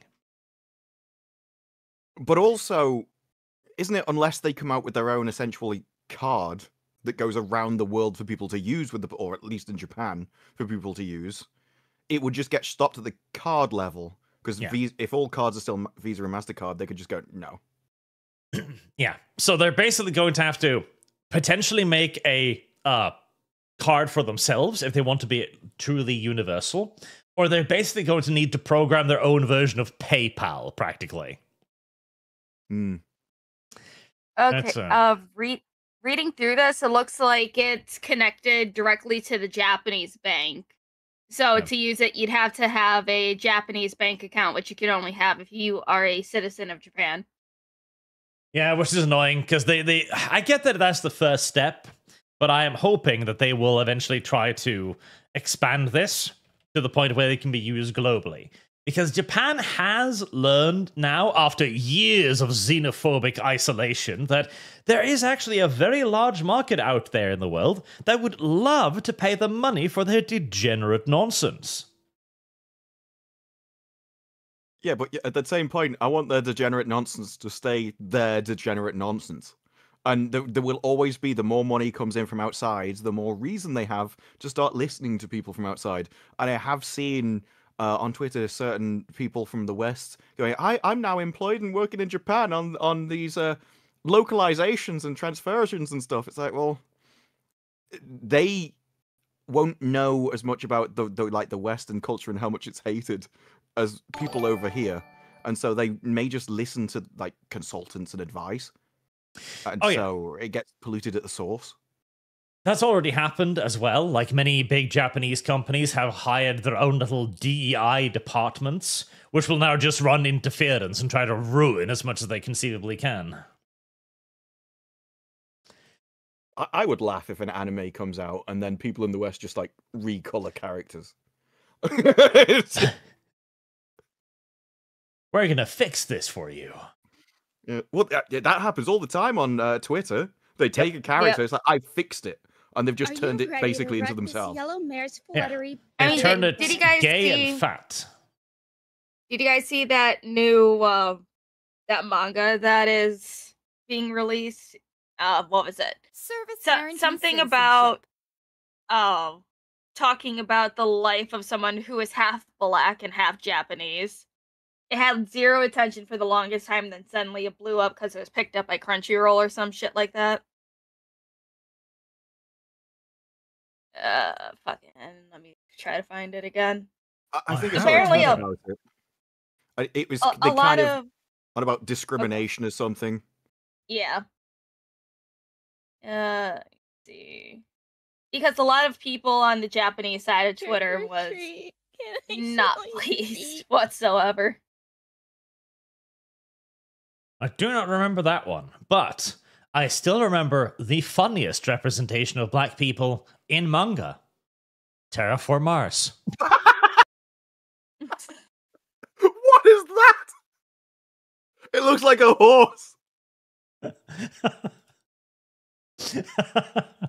Why have they got antenna? Oh, there we go. Terraform Mars. That guy can pick up TV signals. is a brilliant little manga about humanity wanting to terraform Mars. That's the name. However, during the terraform process, they dispatched cockroaches to Mars. And the cockroaches this isn't like a red somehow... dwarf thing, is it? They somehow mutated into these things. And for some reason, they decided they should make them look like this. So it is a red dwarf thing. It's like, my cat got locked behind the cupboard for 5,000 years and evolved. Well, at least on a planet closer to the sun, at least they would definitely be black to protect themselves from the solar rays. So they've nailed that. Definitely. They're not a dwarf. It's fucking horrifying. Oh my god. Oh, but Boog and I posted the link in chat. The manga is apparently called Half is More. Half is more. Oh. Seems a bit on the nose for given the content.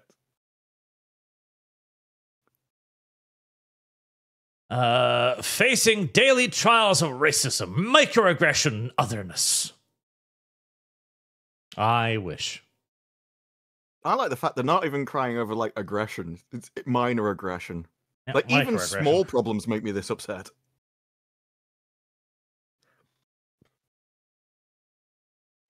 So stupid. It's like the edits that came out of this is fucking hilarious though. I mean, if you're going around saying half is more, you're already saying you're better than everyone else. I'm not sure you can complain about racism at that point. Like, they're just giving as good as they're getting. I like this one. As a biracial Asian person, that is so cringe. It makes me want to kill myself.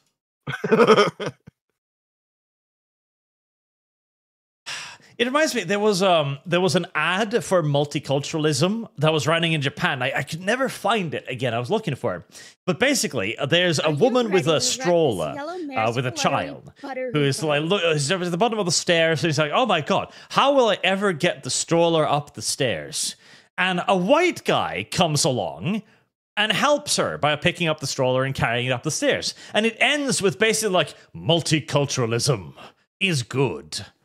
I was thinking, okay, what's the percentage of random white people immigrating to Japan? Oh, 0.8%.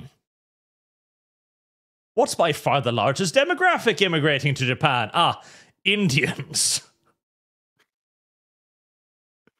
It is kind of amazing with Japan, though. They started having people from other nations, and immediately went, no, this was a mistake. And like the immune response has to be admired.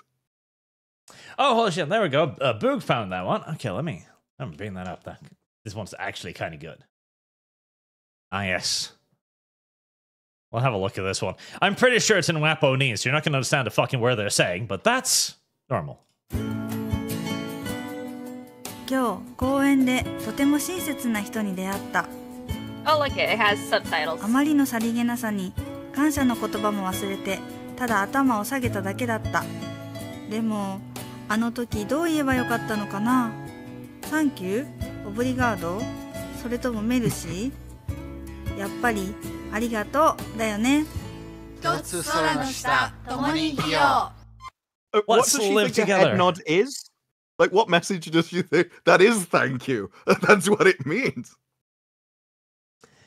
Oh, it is so... just one person does one nice thing for it, and she's like, everyone's amazing in the world.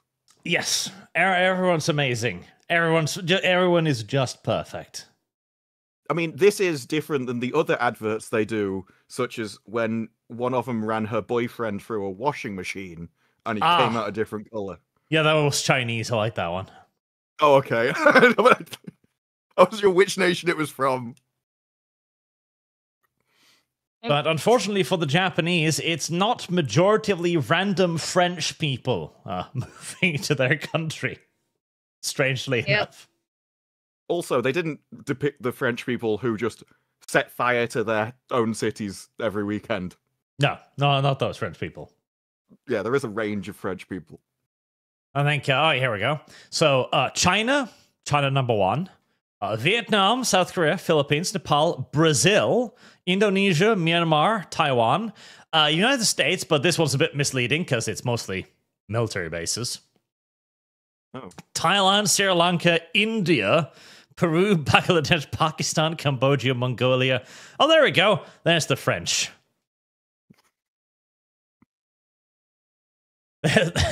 There's 16,000 French people who might carry your baby stroller up the stairs.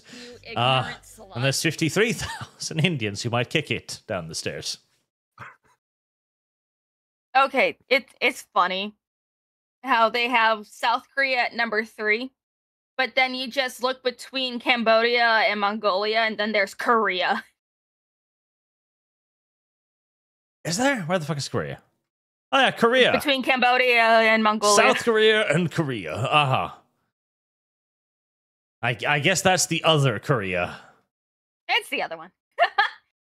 And it's like, I'm sorry, I know I'm a fucking idiot, but I was looking through this list and I'm like, where does Japan sit on this list? You would think that, Lum Lum. Shut up. Why? I hate that image so much. I know, it's punishment. Like, why can't you bring up any of the cute arts? I don't save those. What do you mean? He burns them. You don't save the art that I get of you of, like, you know, Lumi holding ArchCat? No. No. I only keep the mean ones for ammunition. Well, what about the Keemcock one? It's somewhere, but I don't know where.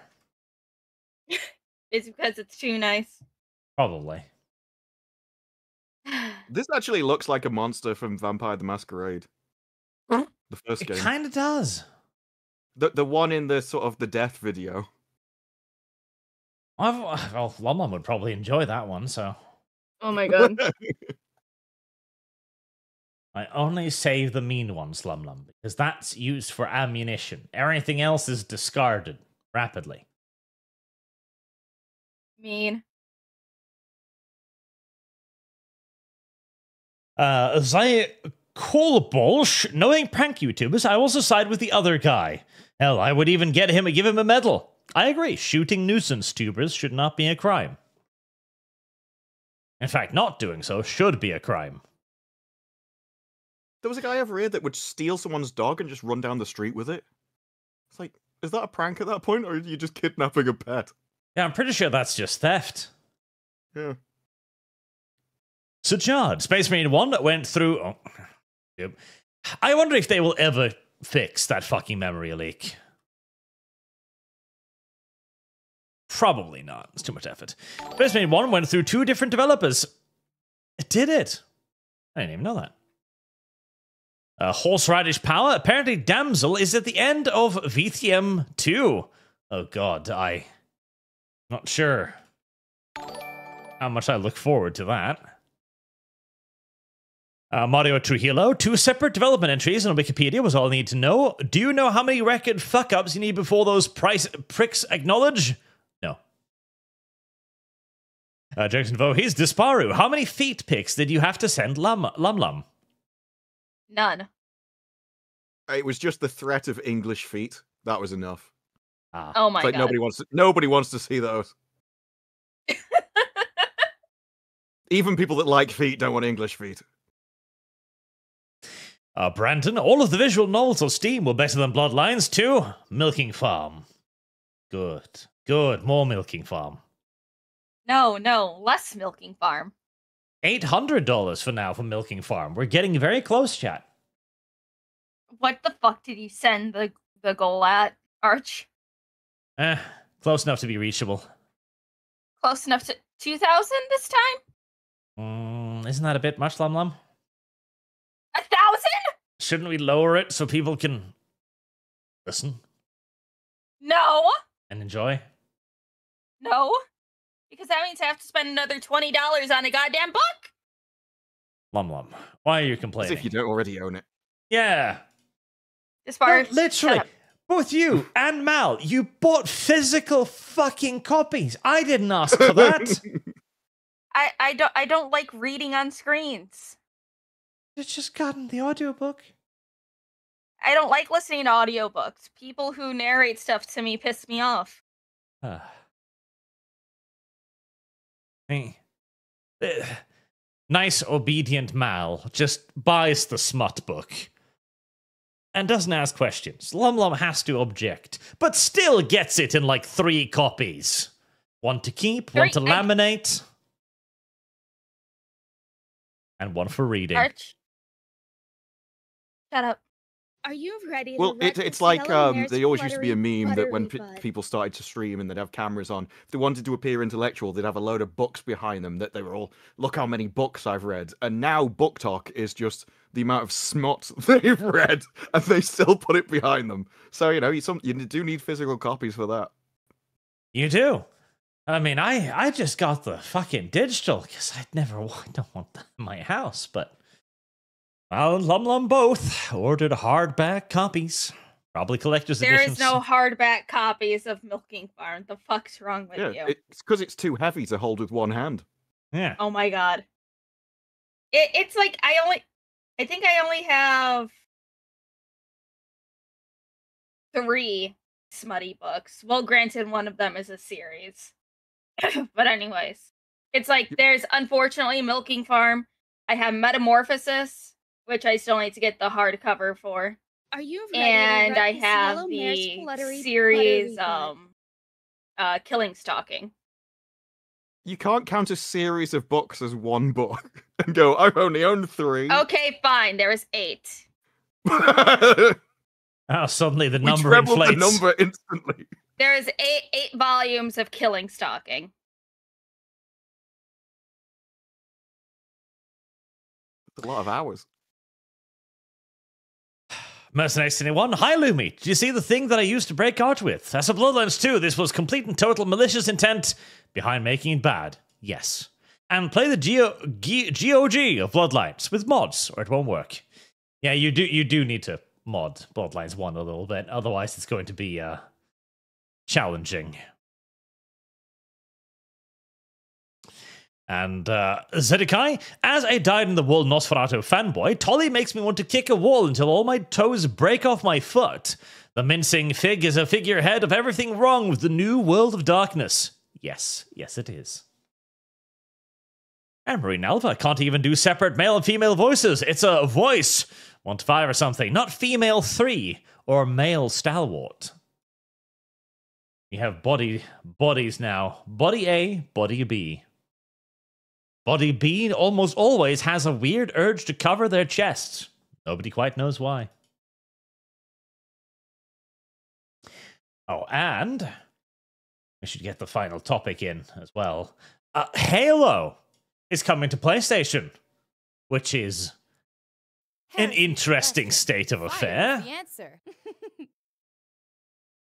I think it was inevitable. Once Xbox started saying, "Oh, we'll bring stuff to PC," and then they were like, "Well, yeah, we'll bring it to PlayStation as well." Yeah, everything was going to go. It kind of makes sense. Yeah, you can make money on your console, but if you're not the big dog compared to the other one, you will make more money just selling digital copies to them. Yes, there's more money in this, but it also kind of demonstrates that the war for console dominance has ended, and now it's just about money. Because the entire console war was basically an attempt to try and get a win to start dominating the market. Because if they dominated the market, they could get even more money further down the line. Now they've given up on that because there doesn't seem to be any market to dominate, and they're all kind of looking at Nintendo having basically won the console wars by not playing the console wars. Yeah, I've always considered Nintendo to be outside of it in that way. And then, like PC was never in... It's why it was always weird that the exclusives for Xbox and PlayStation never came on PC, because it was never the same audience. And I think their issue now is it is the same audience, and lots of console people are moving over to PC, and kind of once you switch, you don't go back. And so I think that's probably why Microsoft cares less about winning it than PlayStation. It's not just because they have been losing, but as they own Windows, they're probably more invested in...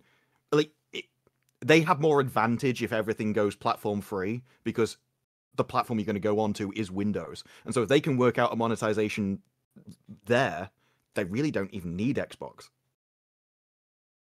Yeah. There's really no point anymore. Now it's just about keeping the companies afloat and earning what money they can, and yeah, everything will be on everything. And it does look mostly like it's a decent evolution. I mean, it's the Unreal Engine, so everything is yellow now, but that's just the Unreal Engine. What can one say?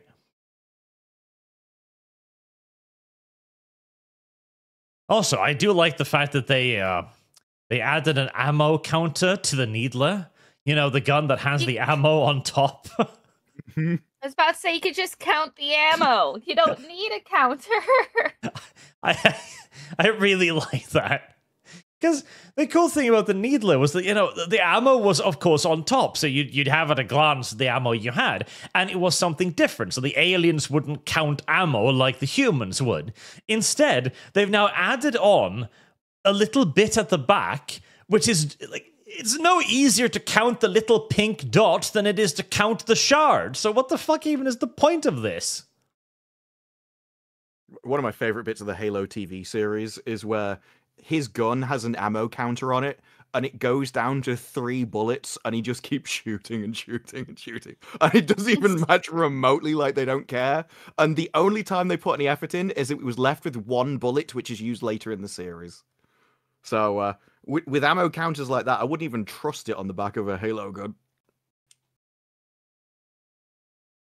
Fucking Halo TV show.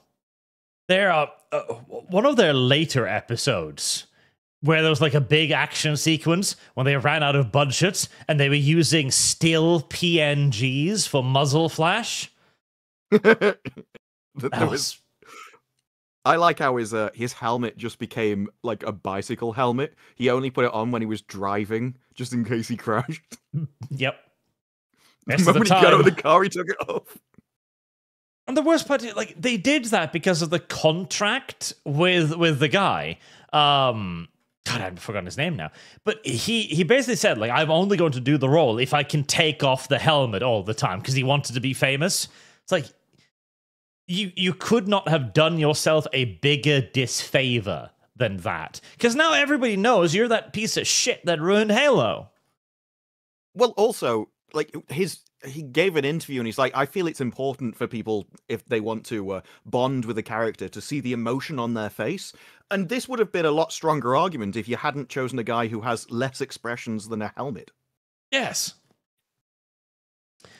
Pablo Schreiber? Was that it? I think it was Pablo Schreiber. Yeah. The only expression Pablo Schreiber has is his nose. It's... Mm-hmm. It just heaves into view and blocks out anything and everything else.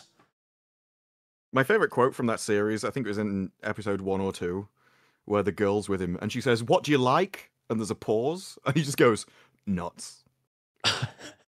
It's my favorite clip. Oh, the TV show. But at least the game looks better. Although they did, for some reason, the original gun has 60 rounds in it. The new has 30 for reasons. I guess that's the modernization of the gameplay they were talking about. The updated gameplay has a 30-round magazine instead of 60 because fuck you. You just leave everything as it is. This is like when you take a book and you adapt it and you don't use the lines from the book. Why would you? It's more difficult, and you make it harder for yourself to change things that you now have to rebalance.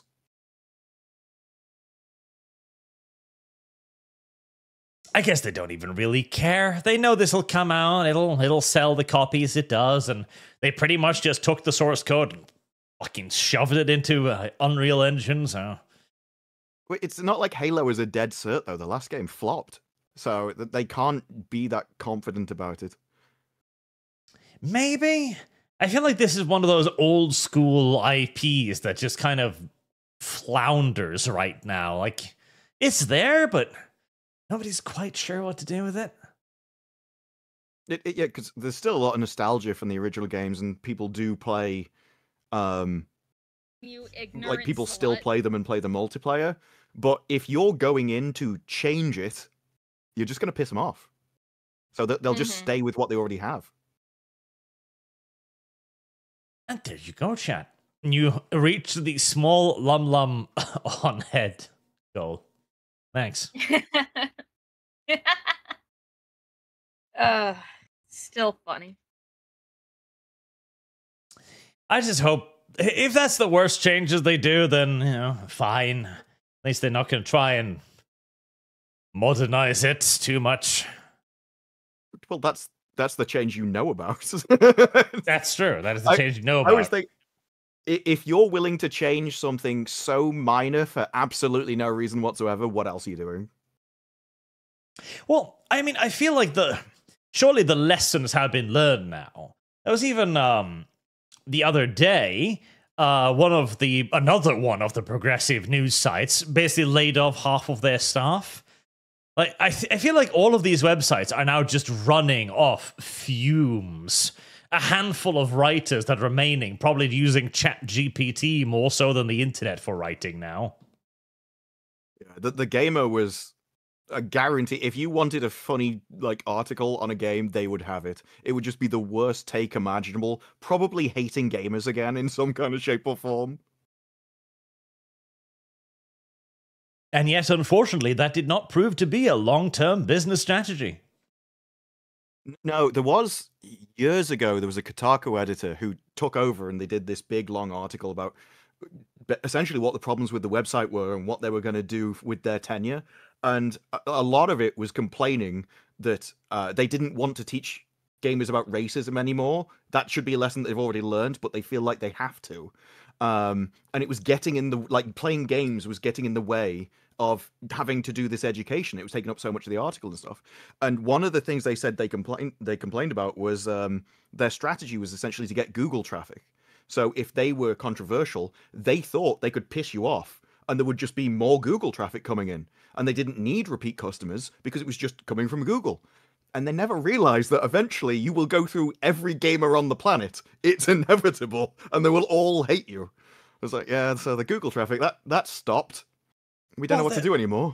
I also remember reading a lengthy complaining article about the Google traffic, where they were basically like, oh, but we can't, the Google isn't favoring us enough anymore. We do as much search engine optimization as we can, but they're just not feeding enough traffic into our website. As if Google is somehow expected to be the oh, I'm sorry, little progressive gaming website. Have we not been helping you enough? Well, Google actually, there was a quote, I think it was from one of their SEO guys, who said, if your business relies on Google search traffic, you don't have a business. And so Google wouldn't care about them at all. Their job, it doesn't seem to be that now, but their job at the time was to find people the best website to answer their question. And they didn't care who gave it them. Yeah, and that's why. The only thing gaming websites are now, the only reason people go to them is when they're stuck on a puzzle or something, and they go to Google, so name of game, vague description of puzzle. That is all gaming websites are now, because it's the only thing that brings in traffic. Because if people are interested in anything else, like a review, they'll just go to YouTube and look at somebody playing the game. They're like, oh, does that look interesting? No? Okay. Mm-hmm. And all these websites have tried to do their own channels. They've tried to do their own playthroughs, and it just doesn't work. For whatever reason, the people they have there are not people that translate over to successful, it wouldn't be independent, but you know what I mean, personality-based channels. Then they can only do the text, and a lot of it focused on rage. So PC Gamer, I've not been in that website in years until it did an article saying it was pissing off half the audience for yapping. That's the last gasp of traffic they have. And the issue is, yeah, it gets you that click, but it ruins their opinion of you as a website forever. Yeah, the PC Gamer YouTube website. Low subscribers, 304,000, because it's a big website. It's been around for ages, right? 291 views, 300 views, 2007. And then you see the reason why the website exists, because they get access to stuff other people don't. They get access to trailers, they get access to interviews, they get preferential treatment. And that's how you get to this number. But that preferential treatment isn't enough to actually keep you afloat, because all of your other stuff is just ignored. this wouldn't be enough to keep an individual afloat. So for a company, you kind of ask, like, why are you even doing this? They will be losing money on every video.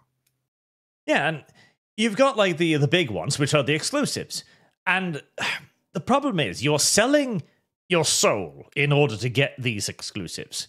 You are known as, like, people don't come here and look at this trailer and stay on PC Gamer because they're not interested in PC Gamer. PC Gamer is not an outlet that they wish to see more of. They want to see the trailer. The moment they're done seeing the trailer, they don't even consider for a second to hang around.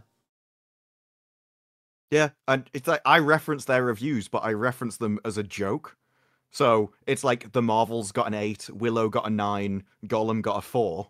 And so from those, you can kind of judge where they do everything else. So it is funny when they give someone a 5. It's, that's just one better than Gollum, but far worse than the Marvels. And you kind of judge them off their own ranking system, which in itself is farcical. Yeah, it's like if anyone wants any actual reviews from people that they know will be at least a little more honest, they'll go to their favorite content creator. Yeah, and like people will wait for a video review that they trust rather than the one that comes out 2 days early from a place that, like PC Gamer. No one's going to make a buying decision from PC Gamer. So even the developers themselves, because they probably value PC Gamer. I know Hollywood still values places like Variety and Deadline and stuff. But they are not, which is actually changing purchasing decisions. So any money is kind of wasted in that regard. Mm-hmm.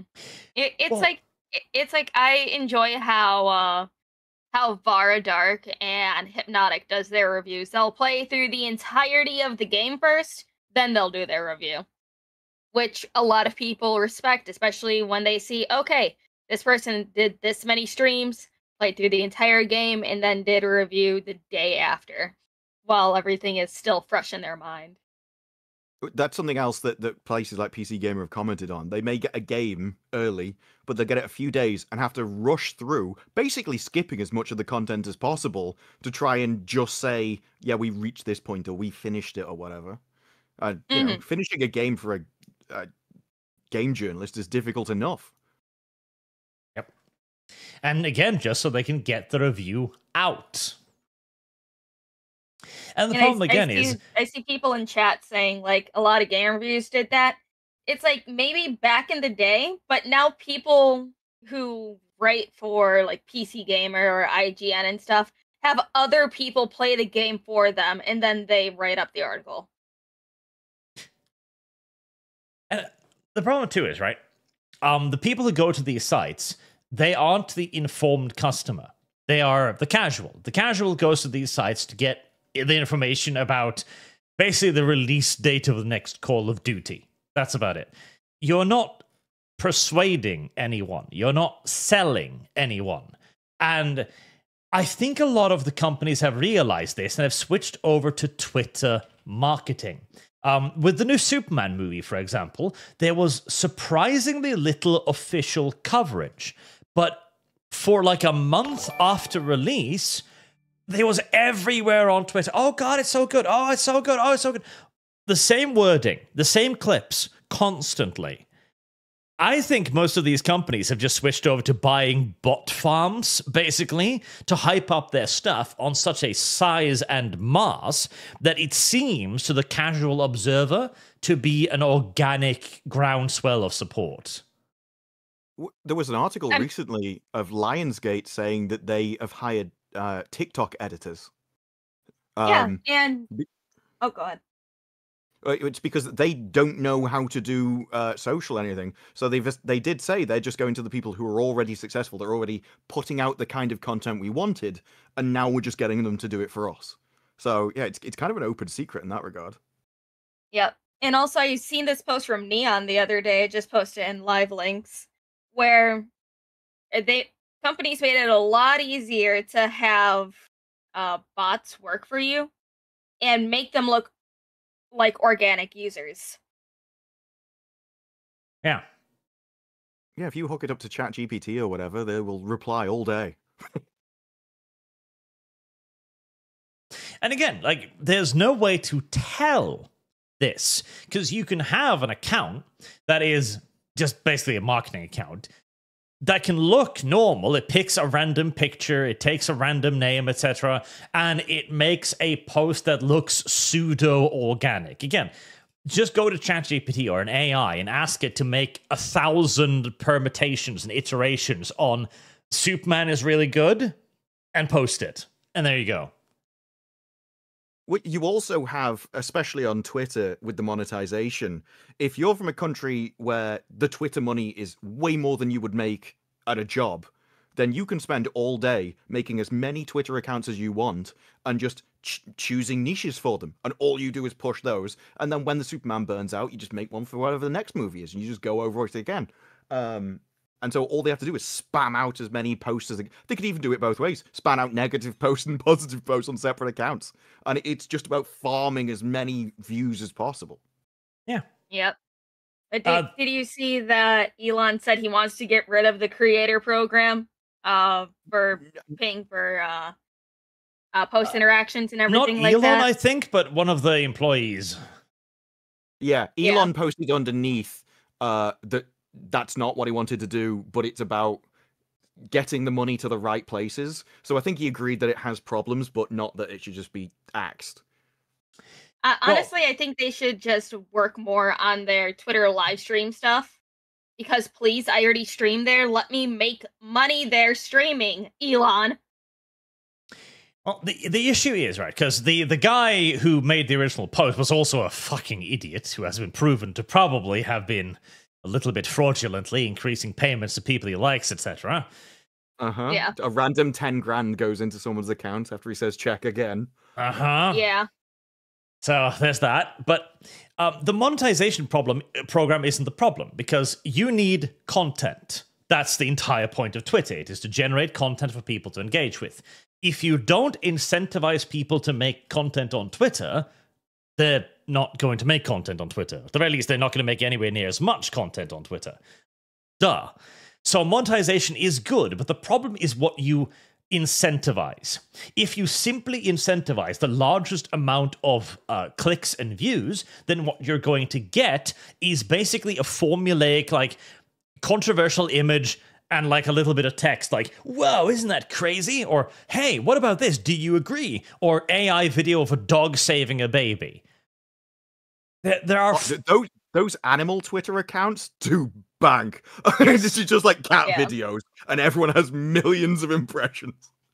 Yeah, and like that's one thing. At least that's content. But like the ones that are just engagement baiting, basically, like saying something obviously wrong and then expecting people to correct them, like that is not good. That pisses people off. It annoys people. It makes the platform lesser in all due likelihood. So you just need to curate what you monetize.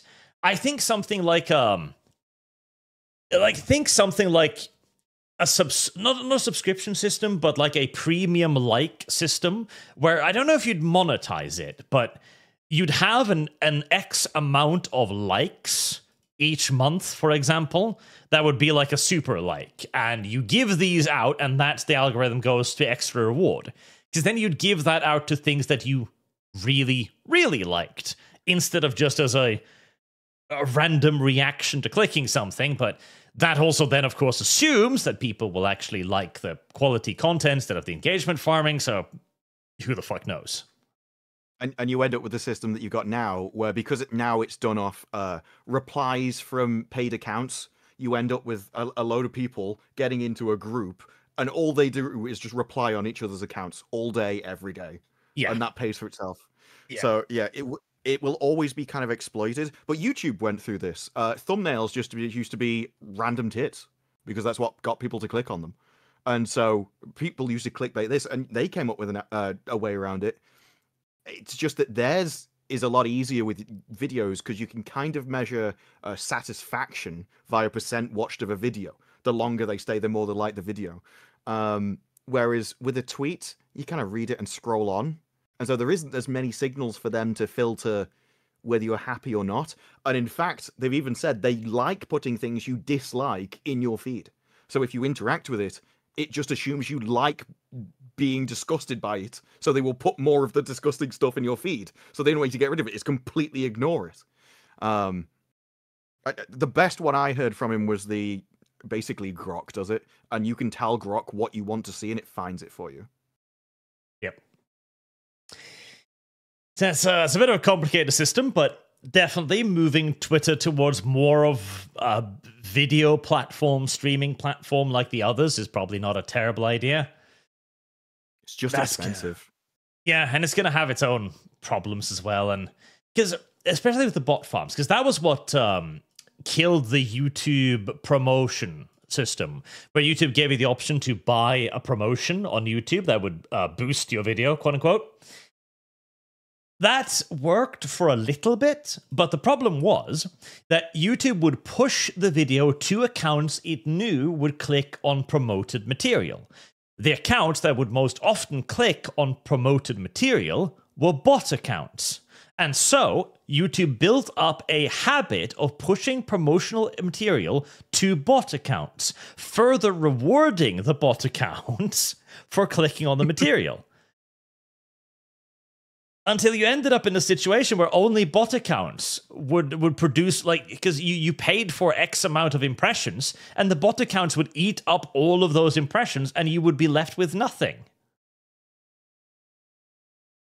Yeah, I remember, can't remember which YouTuber it was, but they tested, there was a time where you could pay for it, and he found that once he paid for it, the moment I think all the clicks came from really cheap regions on Earth as it was, so it looked good in numbers, but the moment the money ran out, the video died.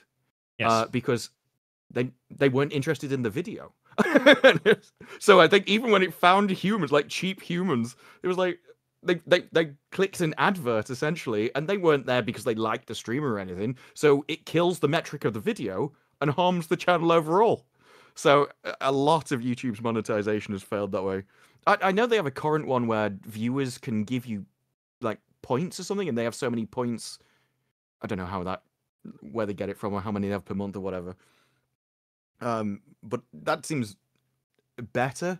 The issue I think I have with that is I have really random stuff in my recommendations that I think has probably come from that. Yeah, like the problem is, like, what you in essence need is a simulated scarcity economy, because if everyone has, because we started with likes, right? If you like the video, then it's a like, you liked it, cool.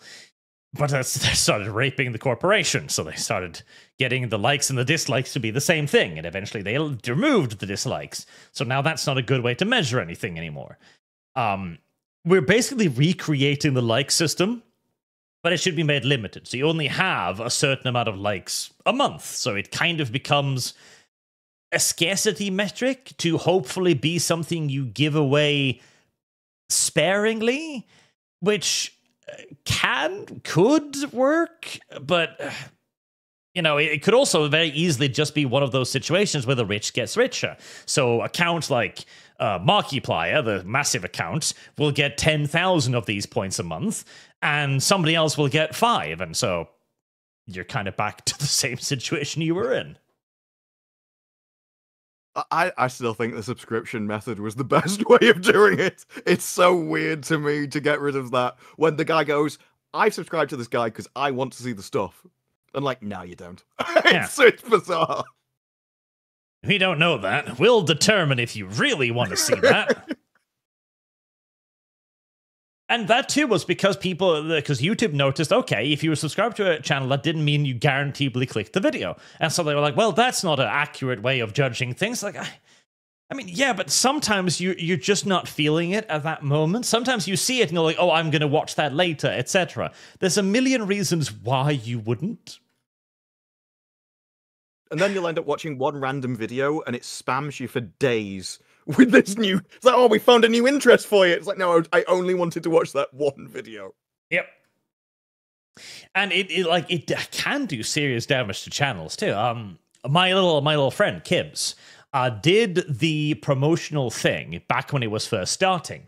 So he put like a couple $100 into it. And it seemed to be doing unbelievably well. He went from like 10,000 subscribers to 30,000 subscribers over the course of like 2 weeks. It was unbelievable. Because it was unbelievable.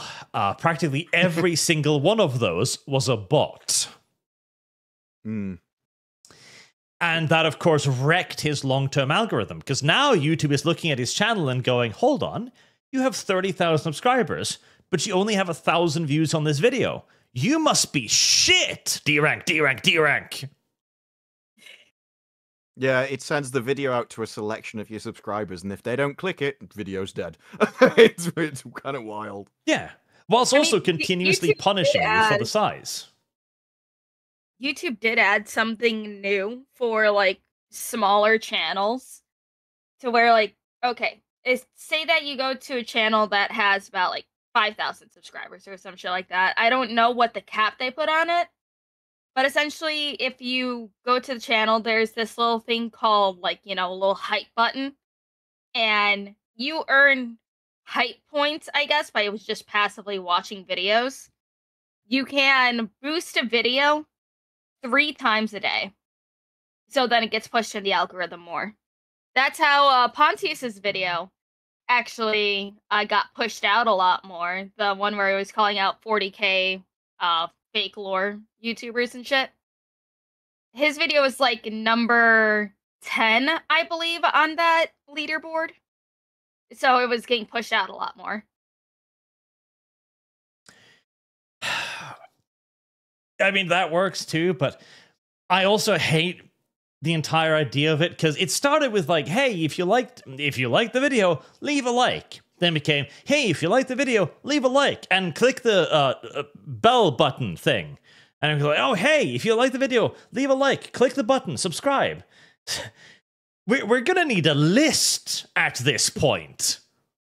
Yeah. Oh, 3 times a week, not 3 times a day. I hardly use the thing, so I don't know. But it's well known in psychology. If you ask someone to do one thing and it's not a big deal for them, they'll probably do it. Like click the like button. If you ask them to do 2, they don't do anything. If you ask them to do 3, they're definitely not doing anything. So people don't respond. You're encouraging a way which is almost like anti-human, as the way to predict what humans want. It just doesn't work. Yeah, and the amount of things you need to do now. So, chat. On this video, first, leave a like. Then, subscribe to the channel. Then, hit the bell. Then, leave a comment. And finally, click the hype button. Like, it's a 5-step fucking procedure. It's not even just click the bell. You have to click the bell and go to all notifications, because there's 2 options. Oh, there you go. Okay, but imagine this in the future where a YouTuber can choose to block off certain parts of the video until you like the video. Or Listen, chat, unless you do the preceding, 7 steps, I'm just not going to give you access to the next Milking Farm episode. I'm going to put you in the cuck shed and you can just look in. Yeah, you get to watch, but you can't hear anything. You don't get the audio. Yes. You have to buy access to the key. Like 10 likes and you can get in the live stream. It periodically God. opens up the audio for 5 seconds at a time, so you just get like little hints of the conversation. Oh. It's a wonderful future we're heading towards. Well, this is what happens when, rather than actually, because websites start trying to satisfy the audience, but then when they've got as many people as they can, now we're trying to get more money from less people, they start to engage in like psychological manipulations and stuff. It's like on mobile phones. One of the reasons why you have to pull down to refresh a page is because it gives you a dopamine hit, because it's like the gambling machines. That's what it was based on. And so you have psychologists deliberately manipulating the website audiences. And I can't help but feel like this will only make people upset with everything. They're just going to be like, I don't want to be fucking played. I don't want to be mentally abused into clicking the like button. Well, and you go too far. Like, the Google search results now are far worse than they used to be. And you can go to like DuckDuckGo and you will get better results, even though I believe DuckDuckGo actually gets their search stuff from Google. They just have a different algorithm for it. Huh. It just filters it better. Fucking stupid. Yeah, well, Google realized that actually you spend more time on Google if we don't give you what you want, because then you'll click the second page. Well, of course. Like, if we don't give you what you need, you're going to have to search for it longer. It's all short-term thinking. Yeah, you'll get more from me today until I realize there's another search option I can use, and then I'm gone. Yeah. Like, that's become the entire thing on YouTube as well. Like, YouTube desires for you to actively inconvenience your audience. I was experimenting with the automatic ad inserts, and I realized that if I put it on just bullshit levels aggressive, as high as I could, I had got more viewers. And I was sitting there like, why? Why are more people choosing to watch for longer? And I don't know. I think it's because YouTube recommends the video to more people, so they switch out the people so quickly. So instead of having a person who watches for X amount of, like, 10 minutes, you get 5 people who watch for 2 minutes. It shouldn't work that way, because they say that the percent watch time of a video contributes to satisfaction. And so if you only watch for a short amount of time, that should, in theory, harm the algorithm. But I think it's so complex at this point, I doubt even Google know. The thing is, though, Google have always claimed that the algorithm doesn't have access to how much money the video is making. But everyone knows if you get demonetized, you can see it drop off instantaneously. So that doesn't seem to be true either. They absolutely have access, because like, I've been gathering data on this for like a year, and consistently 20 to 30% more viewership with aggressive ads. So at this point, I'm just telling my audience, like, if you don't want ads, go to Kick. YouTube wants me to hurt you, so I'm gonna hurt you. It makes more sense from Google's perspective that a video that makes more money is pushed more. Yep. So I guess that's what they do. Anyways, you said you had 2 hours and 30 minutes, so you got to run soon, don't you? Yes. Yeah. Well, I'm going to give you an opportunity to leave in a gentlemanly fashion then, instead of suddenly going like, I'm just going to leave now. Yeah. It was awesome having you on. It was a great time. Yeah, I enjoy watching your stream, so happy to come on. It was nice meeting you. It sucks that you know me as a fucking foot fish, but you know, I've been watching your stuff for a while. I do enjoy your videos. Keep up the good work. Cheers. We'll extend an invitation when you're reading the next milking farm. Arch, shut up. I'm just not sure you can complain about people knowing you as the fot girl when it is a constant notification in the stream. Can I smell your feet? Like, you did that. You did Nobody that. else did that. Nobody else did that. Not my fault. You said it. It's like, you know what? People will clip anything out of context. I know. At least I Arch don't even paid know if me it is for out of context. Like, You paid me. It's okay. well, if you sell your soul, you can't complain about the repercussions for it. No, I'll still complain about it.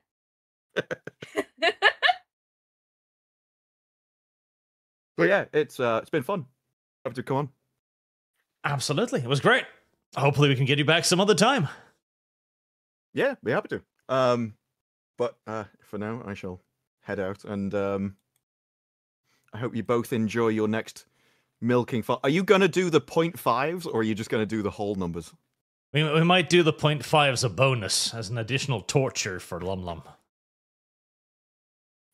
So yeah, the way you do content is whatever hurts Lum the most shall be enacted. Largely. It's worked out pretty well so far. Everyone needs a true North compass. Yeah. Anyway, I shall head out. It's been a pleasure.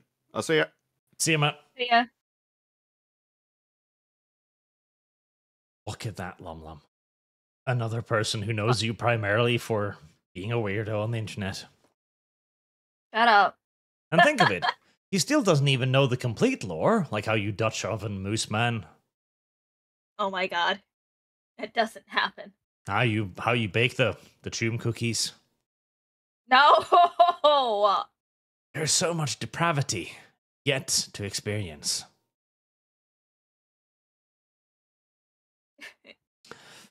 But for now, I do have to get started on the supers as well.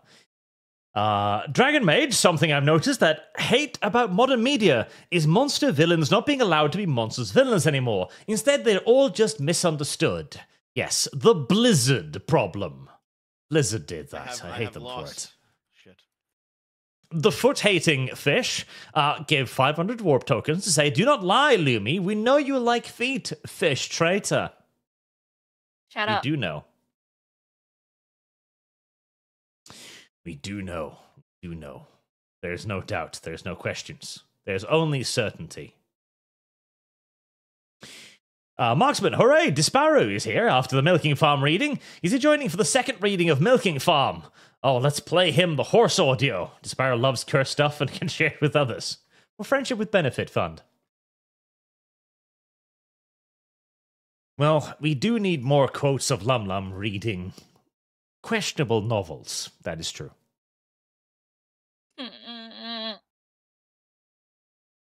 She enjoys it. That's why she has her physical copy, probably framed at this point.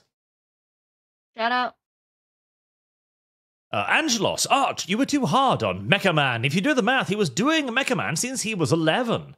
Oh, I'm not questioning his Mecha Man ability. I'm questioning the fact he got his ass kicked and is currently being led astray by an evil, evil woman who clearly wants to eat his soul. It's not a good thing. Marinalva, SAG-AFTRA wants it so you cannot be a YouTube creator without a union membership. Well, of course not. That'd be terrible. You could compete or something. Mercenaries anyone? Disparu, get out of England, come to USA. Red State. Boog, Hollywood is desperate. Amazing Digital Circus ended up on Netflix, and from how Tom and Don reacted to someone approached them for Space King. Yep, it did indeed look like that. Wouldn't surprise me. I am literally thinking that Netflix is basically trying to monopolize the next entertainment market. And that's going to be YouTubers. One day you'll see a Netflix show which will just be called Feet. And you'll know who's behind it.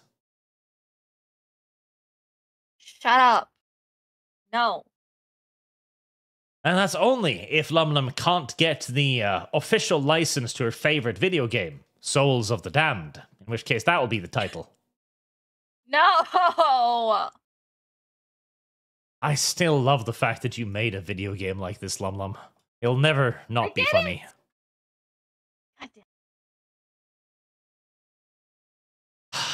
The degeneracy just won't end, chat. That's the problem. It simply won't cease. Oh, Blaystone! We don't get good media or strong characters at peak strength anymore. It's because none of these writers can imagine being that strong, that capable, or that moral. They are weak and must tear down everyone else to validate themselves. Homestuck Fund. I feel like you're trying to tear me down to validate yourself with Homestuck. Why? It probably is one of the main reasons why the new Superman is going to fail, because whilst I quite liked the new Superman in terms of how it portrayed Superman morally, he did come across as a massive pussy in that one, who needed to have his ass saved by a dog on no less than 3 occasions. That's just not a good look for the most powerful man in existence. Sean King, Major Kill, made a Space King lore video, and at the end he tried to suck up the Flashgates by offering to print minis for them. The next day, Flashgates used your artwork. I did see that, although I suspect that was mostly coincidental. But yes, I saw that one. I had a talk with Yanovich about it. Yanovich was very upset. He had a lot of things to say about that. Because the thing is, he made a 10-minute video, out of which the end was just go like, hey, please, make me relevant. Like, dude, there isn't even enough lore to make a proper lore video about Space King yet. Like, if anything, you'd make something funny, like the fact that Chestnut is by far the most lethal of all the Psycho Warriors, for example. In fact, I've been kind of toying with that idea, because I think it's funny that the biggest pussy character is the one with by far the biggest body count of all of them. That's the next 1 and 14 to send Lum to Japan for the dog suit. I have lost. Shit.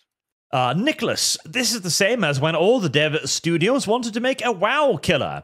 They're all trying to emulate or imitate Lord of the Rings, but forgot that there's actually work behind the Lord of the Rings success. Yes, and it's also the fact that it's kind of the same with a lot of the 40k competitors. You are never going to outcompete the original if all you do is make it but a slight variant on it. You gotta make something a bit more unique than that. Dreadnought Logan. CA resident here. Please don't lump me in with the coastal idiots. That is coastal idiot elite and everyone else who are normal, who hates the coast. Good. Nasco Nikolov. Art of cat art. Stuffing mouse Lumi with cheese. I can see that in my head right now. A sadistic look on his face. Oh my god. Most next anyone. Dog suit. Apparently the lady in charge of Bond, go on, took Craig because she saw him as hot and wanted him in her badge. Immediately, fired Brosnan. Boog, Bruce Timm needs a leash or he goes haywire. That is self-evident now.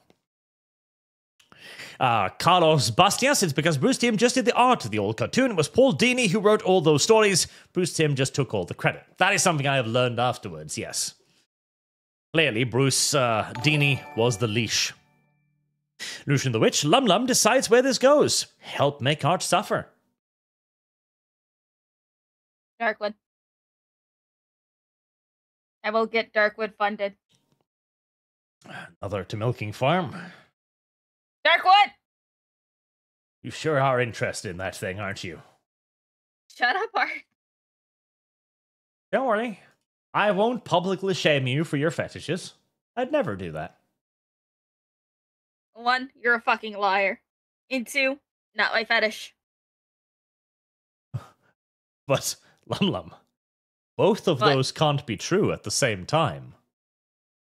That milking farm's not my fetish? Yeah, and that I'm a liar. Alright, hold on. You embezzle the truth with little bits of your own artistic creativity. Blazestone, George R. R. Martin will never finish Game of Thrones. Sargon pegged him correctly, in my opinion, that he knows he can't write a satisfying ending while keeping a cynical and pessimistic worldview. Thus, he has to write a heroic story to make it satisfying. Homestuck. Well, yes. Again, like, the problem isn't even to make it satisfying. It is to have an ending. Because right now, the only ending Game of Thrones can have is that the whites win. That's it. That's about the only ending he has. He could perhaps tortuously, if he manages to make the dragons beat the White Walkers, have an ending where Daenerys wins.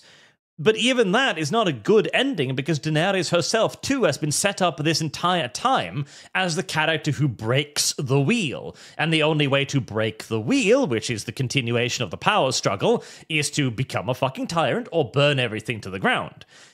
George R. R. Martin has focused so heavily on the negative aspects of the universe that he's painted himself into a corner. He's cut off all avenues to have an ending that isn't just shit. And he himself, for all of his adoration of suffering and sadism, etc., understands that, how do I put it? Whilst hardship is necessary to create a hero, if hardship is all you have, you don't have a story. You don't have an arc. You don't have a solution. You don't have an ending because the hero must eventually triumph over the hardships. Shadowfox, Lumi loves Minos, and here's 20 more bucks for the shock collar for Lumi and Meowgamites. Did he start a shot collar fund? No, I didn't need to because you bought one without any further prompting. No, I didn't buy one. I just put it on my throne. Basically So the same someone thing. has to buy it. Tigerfish, Lumi probably gets Mooseman to dress like an anthro moose and make the same sounds that Joe Rogan does. Probably. The Sober Viking, the alternate ending for Lumi, the FMC, unalives due to internal bleeding due to the way too big size of difference. Milking Farm. That would be the George Martin ending, yes. And it would be... I don't know, it might be satisfying. Father Jack the Enlightened, Lumi is a rag for Minotaur Mooseman. Degenerate. That's indeed a little bit too much. MJ Bull, Lumi has a mind like a stainless steel colander. Lum Lum. What? How can you be this filth? How can you encourage it? I don't encourage anything. Lum Lum, you must be pure of mind like Mal. Only accept input, nothing else. I don't know what kind of brain damage you recently suffered to think that Mal is pure. Well, you know, pure is a relative term. Alex Adamson, Just by the because way. she calls you sir, or, Yes. you know, as of recent development, daddy. Yes. I see. Sanderson, by the way, Lumi, have you asked Arch about getting coordinate gains in the ArchCast? We need his wholesome vibes. All supers to Milking Farm. What now? Well, Lum Lum, apparently Alex Adamson has somebody else you need to show your feet to. I do. Oh, hi, Mal. I need to make, like, propaganda art to canonify that that's how we invite people on here. No. We need to fake DMs with Disparu where this happens. With all of the guests, in No. fact. We need to build a catalog. No. Siegfried von Felsenbrot. It's been almost a year since those immigration statistics were released. Wonder what they are now. Big thinkies. Oh, I'm sure they've gone down significantly since then. Definitely. Homestuck. Pakelda, Lumi, what is the Yumi and what country does it come from? Lumi's choice of fund if she gets it right. What's Hano? Yumi. Yumi? Yes.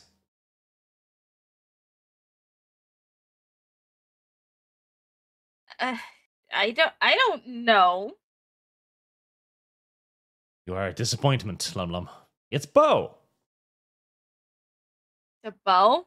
Yeah. Yumi. Bo. Huh. Huh. Huh. Huh. Maranga 2, fear not, Lum. I may be meeting up with Gwimbus in February. We shall not be discussing Tootsies over pints. Could you? I don't believe you. Ooh, that's a good idea. That's a great idea. We could, you know the Gamer Girl bathwater? We could sell Lum Lum bathwater, but freeze it in the shape of toes. No! What Yes. the fuck? No! That way you could have Lum Lum's toes in your beer, and it would melt into the beer, becoming part of it. No.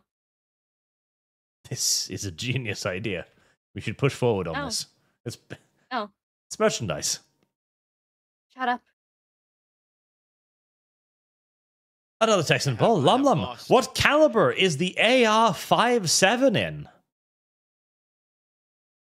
Um.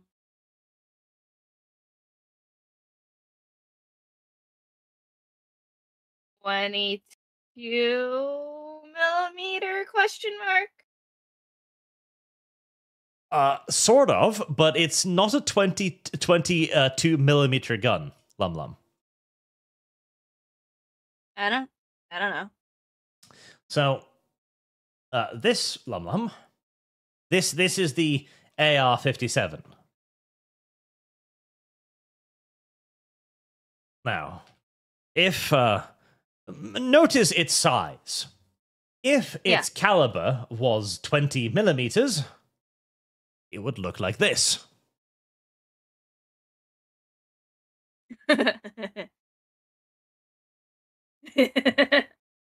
This is kind of your 357 handgun again. Wait, hold on. 5.7 x 28. When you add better. more than one number, that just starts confusing me. It's like adding letters to math. Yes. 5.7 by 28. That is more correct. Because if you omit the 5.7, you get a cannon. What does the 5.7 do? A la your old 357 handgun where you omit the dot. Shut up. It shoots 5.7. Then what's the 28? Is that rounds? No. What is it? Lum, one day you're going to have to address the metric system instead of your own footsie system, which you love too much. That doesn't sound like freedom numbers to me. Why not? For one-page rules, Law Fund. Their war game, 2-hour box set, Broken Truth, ended with 520,000 funded. It's very good. I'm looking forward to my minis later. Was curious if you have set goal for Opera Lore Fund in mind. One-page rules? I still need to get sources for those rules. I still haven't gotten any. James Coon, I agree with your assessment on today's entertainment. We need also to get back to basic. Genres and tropes have never felt that way. They lost this long. Well, exactly, right? Okay, so, a trope. Let me see if I can find the old one. Right, so, if you haven't already, I'd highly recommend you check out the classic Superman cartoons. They're from, like, God, what, the 50s? Or something? They're very, very old. They're on YouTube right now, in full, the full animated episodes. Firstly, the animations are beautiful, better than pretty much anything we have today. And you will notice that Superman is a very different character, power level-wise. He was just supposed to be a stronger guy, whereas now he's evolved into practically a fucking god, basically. But the trope there is very simple. He is a hero character. His powers allow him to do cooler hero character things, but he still needs to struggle to achieve it. That is the trope.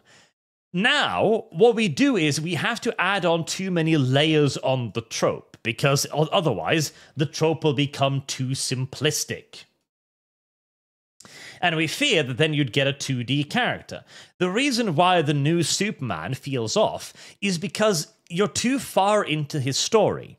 He has too many things. He has a dog. He has a cousin. He has a relationship with the Justice Gang. He has a relationship with Lex Luthor. He has a relationship with Lois Lane. He has so many things on top of him. And the one thing that he's supposed to do well, beat up the giant monster, he doesn't do.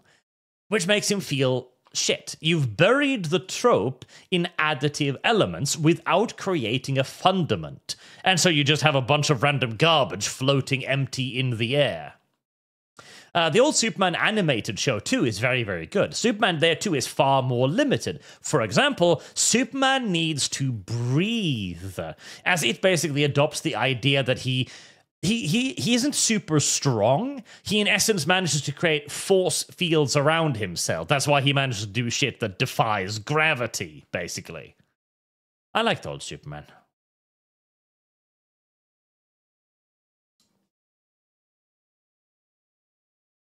Boog, the Sami ban Boog, put in timeout. Car Forever, Mix, Glock, and another person that needs to be banned. Fuck. James Cood, I am against ChatGPT because you're going to get the same problem with today's entertainment because a lot of people can't understand the basic writing concepts. Learn the rules before you break them. Yes.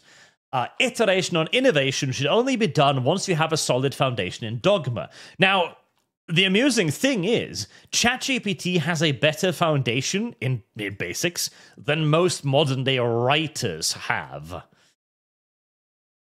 Because everyone now wants to be the next Shakespeare. Nobody ever wants to build up to that. They just want to create the next big thing without understanding that that requires a lot of preemptive preparations. Boog, JVC cards already exist. They're global. Look them up. That's a Japanese card. I know that one. Shwoof. There's a better version. It's called Blick in Poland. But I want Starguard. Who wants to put money down that in the new Halo for the modern audience, Miranda Keys will be black. Miranda Keys will be a male. Marksman, they are making 3 new missions for the Halo remake, which is already a remake of a remaster. I don't care, I still don't believe they can do anything to build on the IP. They can't even make an expansion for Halo Infinite. Crimson Sky Fund. Yeah, it is mildly insane that we've arrived at the point now where we are making remakes of remakes. But that's life. That's where we are. Trevor, have you seen the new Anne Frank musical? I have not. Oh my god. I just seen that on Twitter. Oh my fucking god. Hold on, I'll grab it. It's... I didn't think society... Actually, no. That's a fucking lie. I knew society could get lower than this, but oh my god. Here you go. I hope it has Nazis, like, goose-stepping around her house Service looking for empty guarantees floorboards. citizenship. Only if. Holocaust victim Anne Frank's reimagined the pansexual Latina with non-binary lover and neurodiverse family in controversial New York City musical. Yeah, I imagine that would be pretty fucking controversial.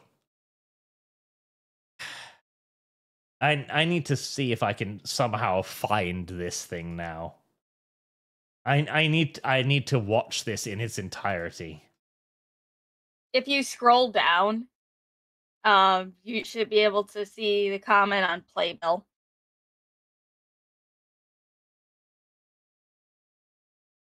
Let's see. Playbill. Reimagines the story of a Holocaust victim and died Anne Frank through, according to press notes, an intersectional, multi-ethnic, genderqueer, Afro-Latin hip-hop lens. Brilliant. That is absolutely perfect. I see nothing wrong with that whatsoever. Nothing wrong with that whatsoever. We should encourage more of this. More. All things must be destroyed, chat. And then we'll see what we can salvage from the ashes. It's designed as a parody. I hope it's a parody. Black White TV, they could just pull some shady Klarna-style credit scheme. They could. Hey Arch, since you said Lum Lum is the opposite of a sponge for absorbing strategy, does that mean can name her Lum Lum da Dum Dum? Yes, eat. Yes. That has always been within your power. Okay, so someone said, read the article, it seems to be satire a bit like Springtime for Hitler in the producers. I get the way things are going, it's become hard to tell. It says, from there, the humor spirals into absurdity as characters discover new marginalized identities and musical numbers, swap yellow stars for pronoun pins, and even commune with ancestors lost at border crossings. The production to musical numbers, which several outlets have compared to a Hamilton-style spoof, feature characters discovering new marginalized identities and dramatically replacing their yellow stars with rainbow-colored pronoun pins. That is better. I like that more. Yes.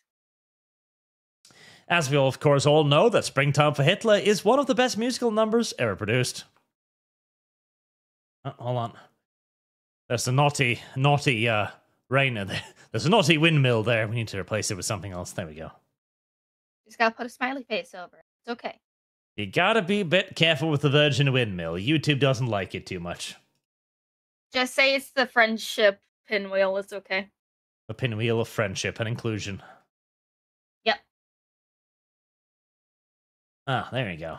Springtime for Hitler. The Producers. Excellent, excellent musical. Highly recommend. It is very funny. Hi, Miss Coco. How are you? Actually, now here comes a slightly... This is a movie recommendation, right? Go watch a movie called The Guard. Not that one, obviously. Jesus. I was about to say, when did you like Kristen Stewart? Yeah, no, not that one, obviously. That's just like Christian Stewart in the back lines being railed by the men doing the actual fighting. No, not that. I mean The Guard. A brilliant Irish comedy movie. Watch it. Watch it. Okay. Watch it. Okay. Watch it. It's Okay, fucking amazing. I will. It is. I'll watch it. I'm not going to tell you anything about it because it'll ruin it. But it's fantastic. Okay. Especially the racism scene. There's a great racism scene in it. And yes, he does beat the shit out of a kid because the kid was bad and deserved it. Don't worry about it. It happens. Oh yeah. And speaking of the Irish, did you hear that they just elected their third female president?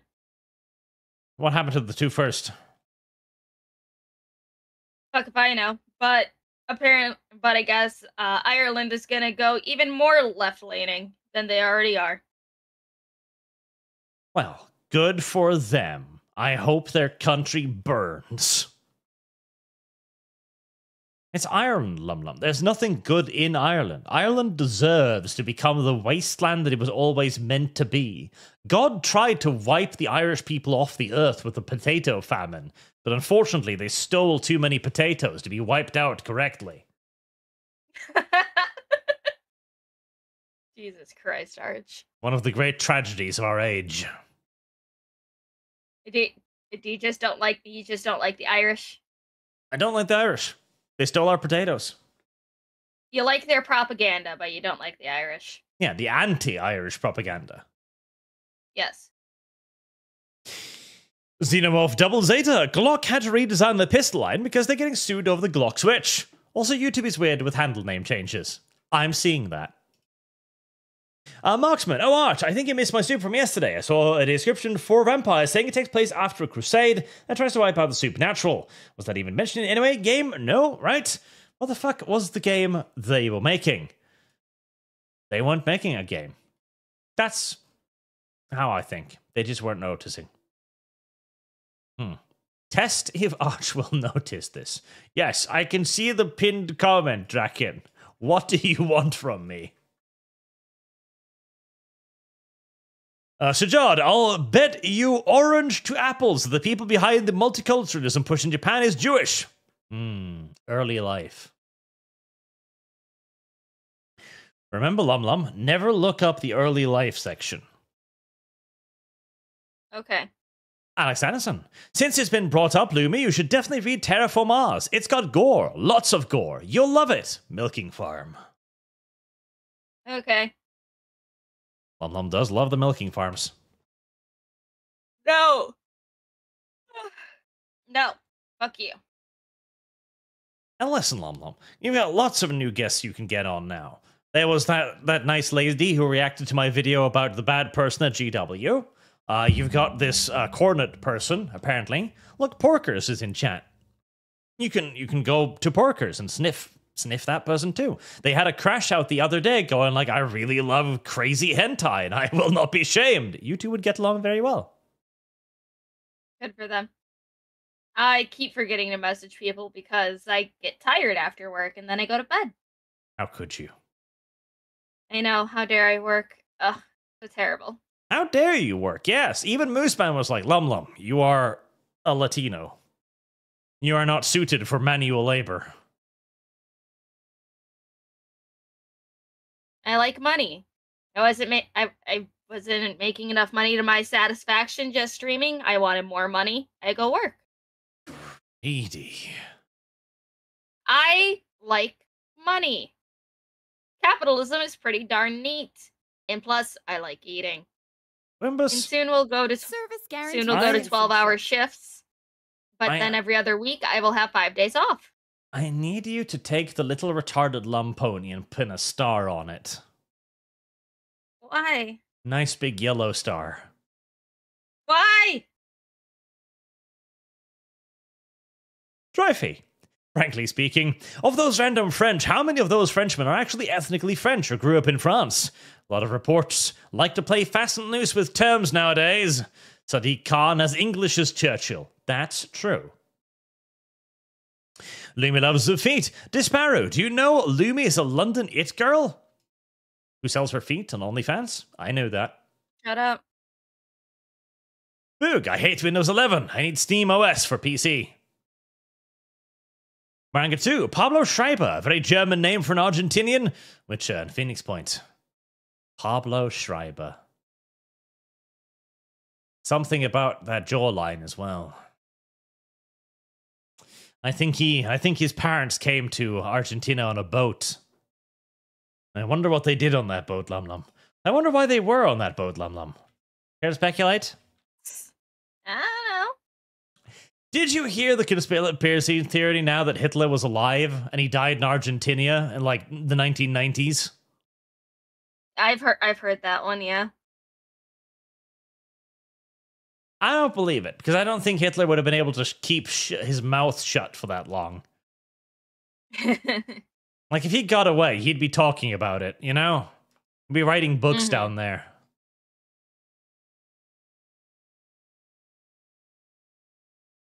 Uh, 93 Camping, when will you stream the Steam demo for Bubsy 4D?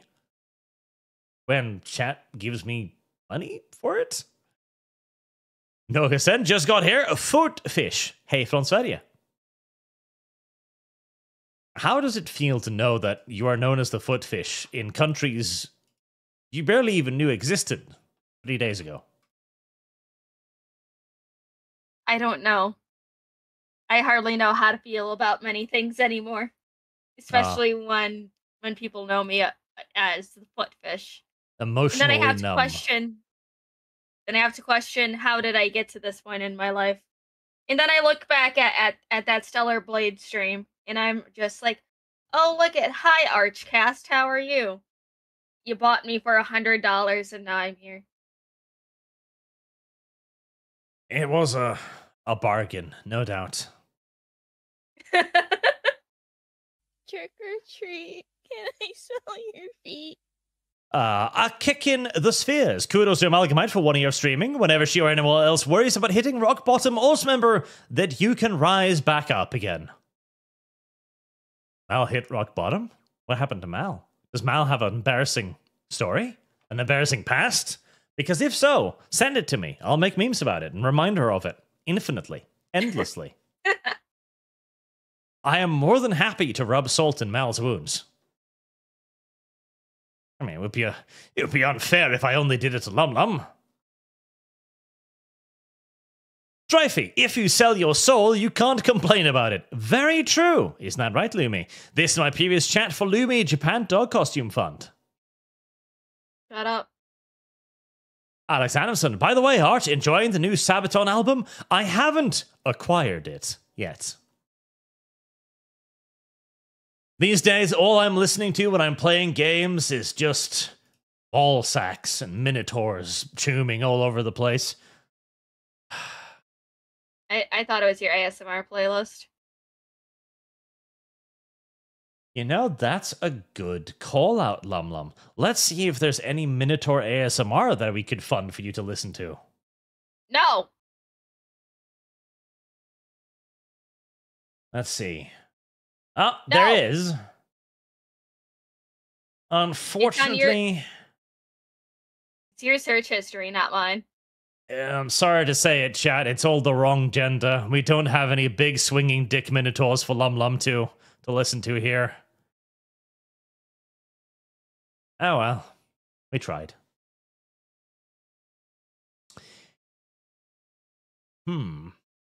That's a good point. We should bring Porkers on sometime to compare to see which one of you is the most degenerate. Marianelva, ArchCast on Netflix when? Need script Bible. What would be the ArchCast TV show? Oh, no, I know exactly what the ArchCast TV show would be. I know exactly what the ArchCast... Let's see. Right. Have you ever seen a TV show called Titus, Lum Lum? Yes, I have. You have? I have. My god, Lum Lum, you've earned yourself a no bully for an hour card. For an hour? Yeah, do whole I get hour. To choose when do I get to choose when to redeem it, or is it automatically used on the next stream? You can even choose when. Okay, I will have to tuck this away. Cool.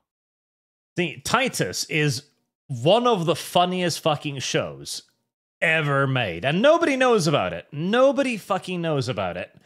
So it's literally called... I can't even find pictures of it. It's called Titus, and it's got this guy in it, who's Christopher something. I think his name is actually Christopher Titus. He's also got some stand-up comedy stuff, which is pretty damn good. Hilarious show. And it's based around Titus, the main character, who in this case would be Lum Lum. Mal would be the scattered brain retard brother, and this would be me. This would definitely be me. As the entire role of the dad character is basically to be the person who just casually insults the other two all the time. He's the best character ever. Titus is so good. Watch Titus, chat. Go watch Titus now. I like the cover for the DVD set for discs 1 and 2. Looks like a frame. Oh god, yeah, DVDs. Fuck, it's a really old show. I've got the collection of it, but it's like the quality is fucking awful. God, I wish there was like a Blu-ray version of it I could get my hold on. First episode date March 20th, 2000. Final episode date August 12th, 2002. Yeah, it's so good. You know, I completely forgot about the title name of episode 1, and it's just called Sex with Pudding. It's a great episode. It's a great name. Here's another one. This one won't earn you a voucher because it's too well known, but Malcolm in the Middle. I love Malcolm in the Middle. It is so fucking good. God. You don't understand, chat. We used to have comedy on the television. Shit used to be funny on the TV. I know that all of you who have grown up with the Big Bang Theory can't even conceptualize of this, but it's true. There used to be funny things on the television. Trick or treat. Oh my god. Christopher Titus still makes videos. Does he? Yes. He made a video on the AI video Trump reposted. Right, Christopher Titus has a YouTube? Yes! What the fuck? He has the entire thing of his show on his YouTube channel. Here you go. That is just weird.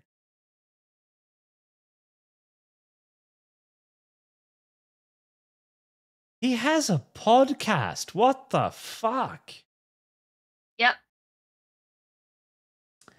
Oh, I see. He's gone a little bit nutty. Hitler compared to Trump.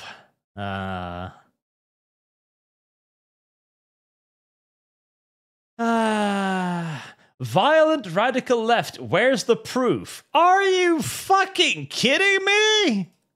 3 weeks ago? Are you fucking... Are you kidding me? Where is the violent left? His Twitter account was suspended. God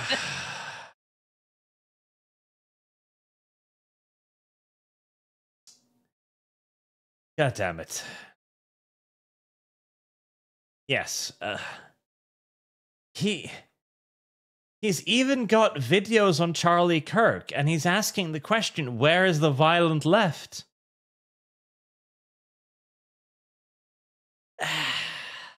Oh, God. Never meet your heroes, chat. Never learn that your heroes have YouTube channels. Not a good idea. Someone in chat said Christopher Titus has always been a nutter butter. He had a spurg out years ago when Crowder tried to debate him. I mean, he's a great comedian, but if he doesn't, like, if he's one of those types who's like, oh, Antifa is an idea or something, then he's not a very intelligent person. You don't need to be intelligent to make good comedy.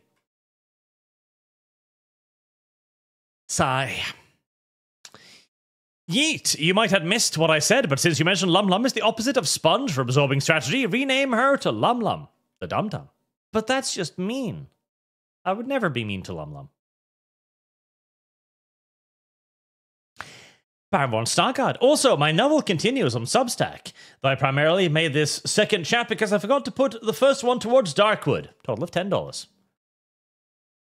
I will put that towards the milking farm.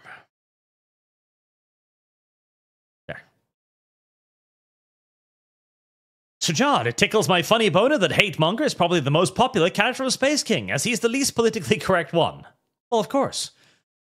Nobody really wants politically correct anymore because it's boring. Alex Anderson, I already DM'd you about Cornet Gaines, Lumi.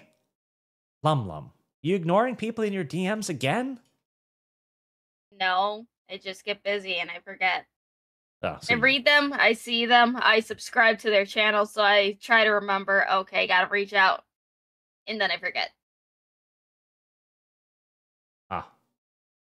Also, Entropia, actually, was good enough to make this edit. Thank you, sir. Oh, no. I'll immediately put that away alongside the other Lum Lum quotes. God damn it. Somebody needs to go back in time and find the 357mm handgun quote too, so we can immortalize that as well, because that was a genuinely fantastic one. Oh. Hi, Coco. How are you?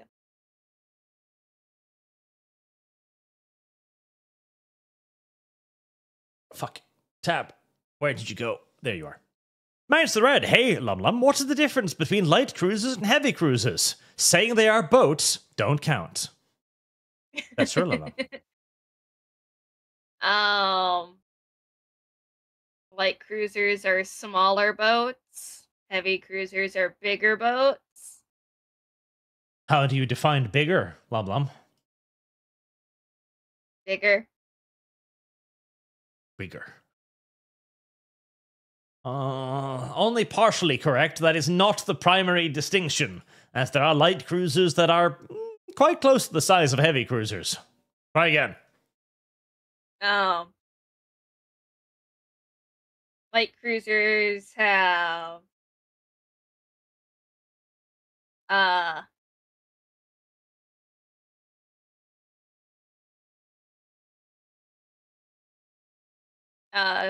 small guns.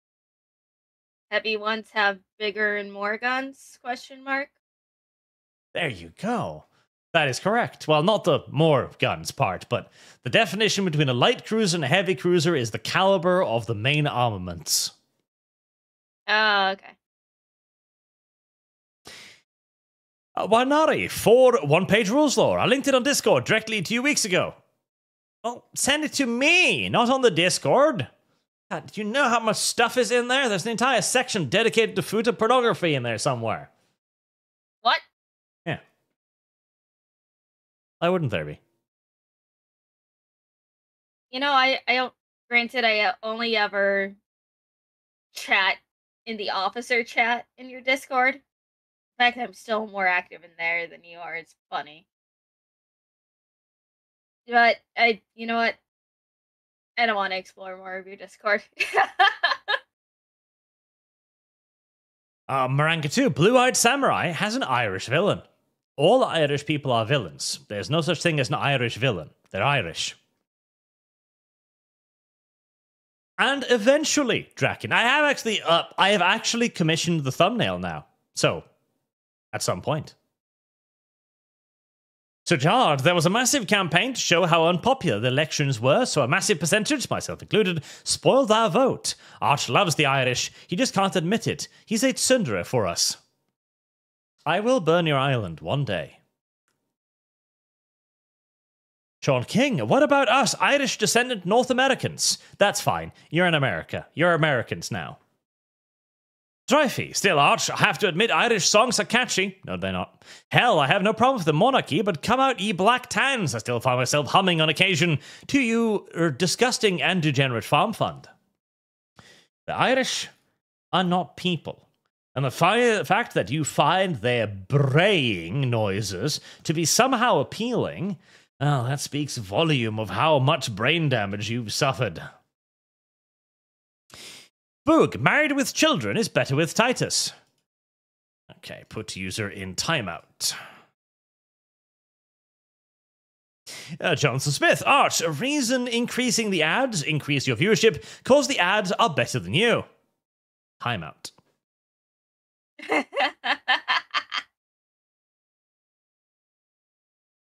Also, milking farm. More milking farm. Shut up. We will fill the milking farm to the brim till it overflows. No. We will, Lum. But if you're very lucky, I won't, I remember, I forgot now. What did you tell me to not say to you again? Like I'd remind you. Milking Lum?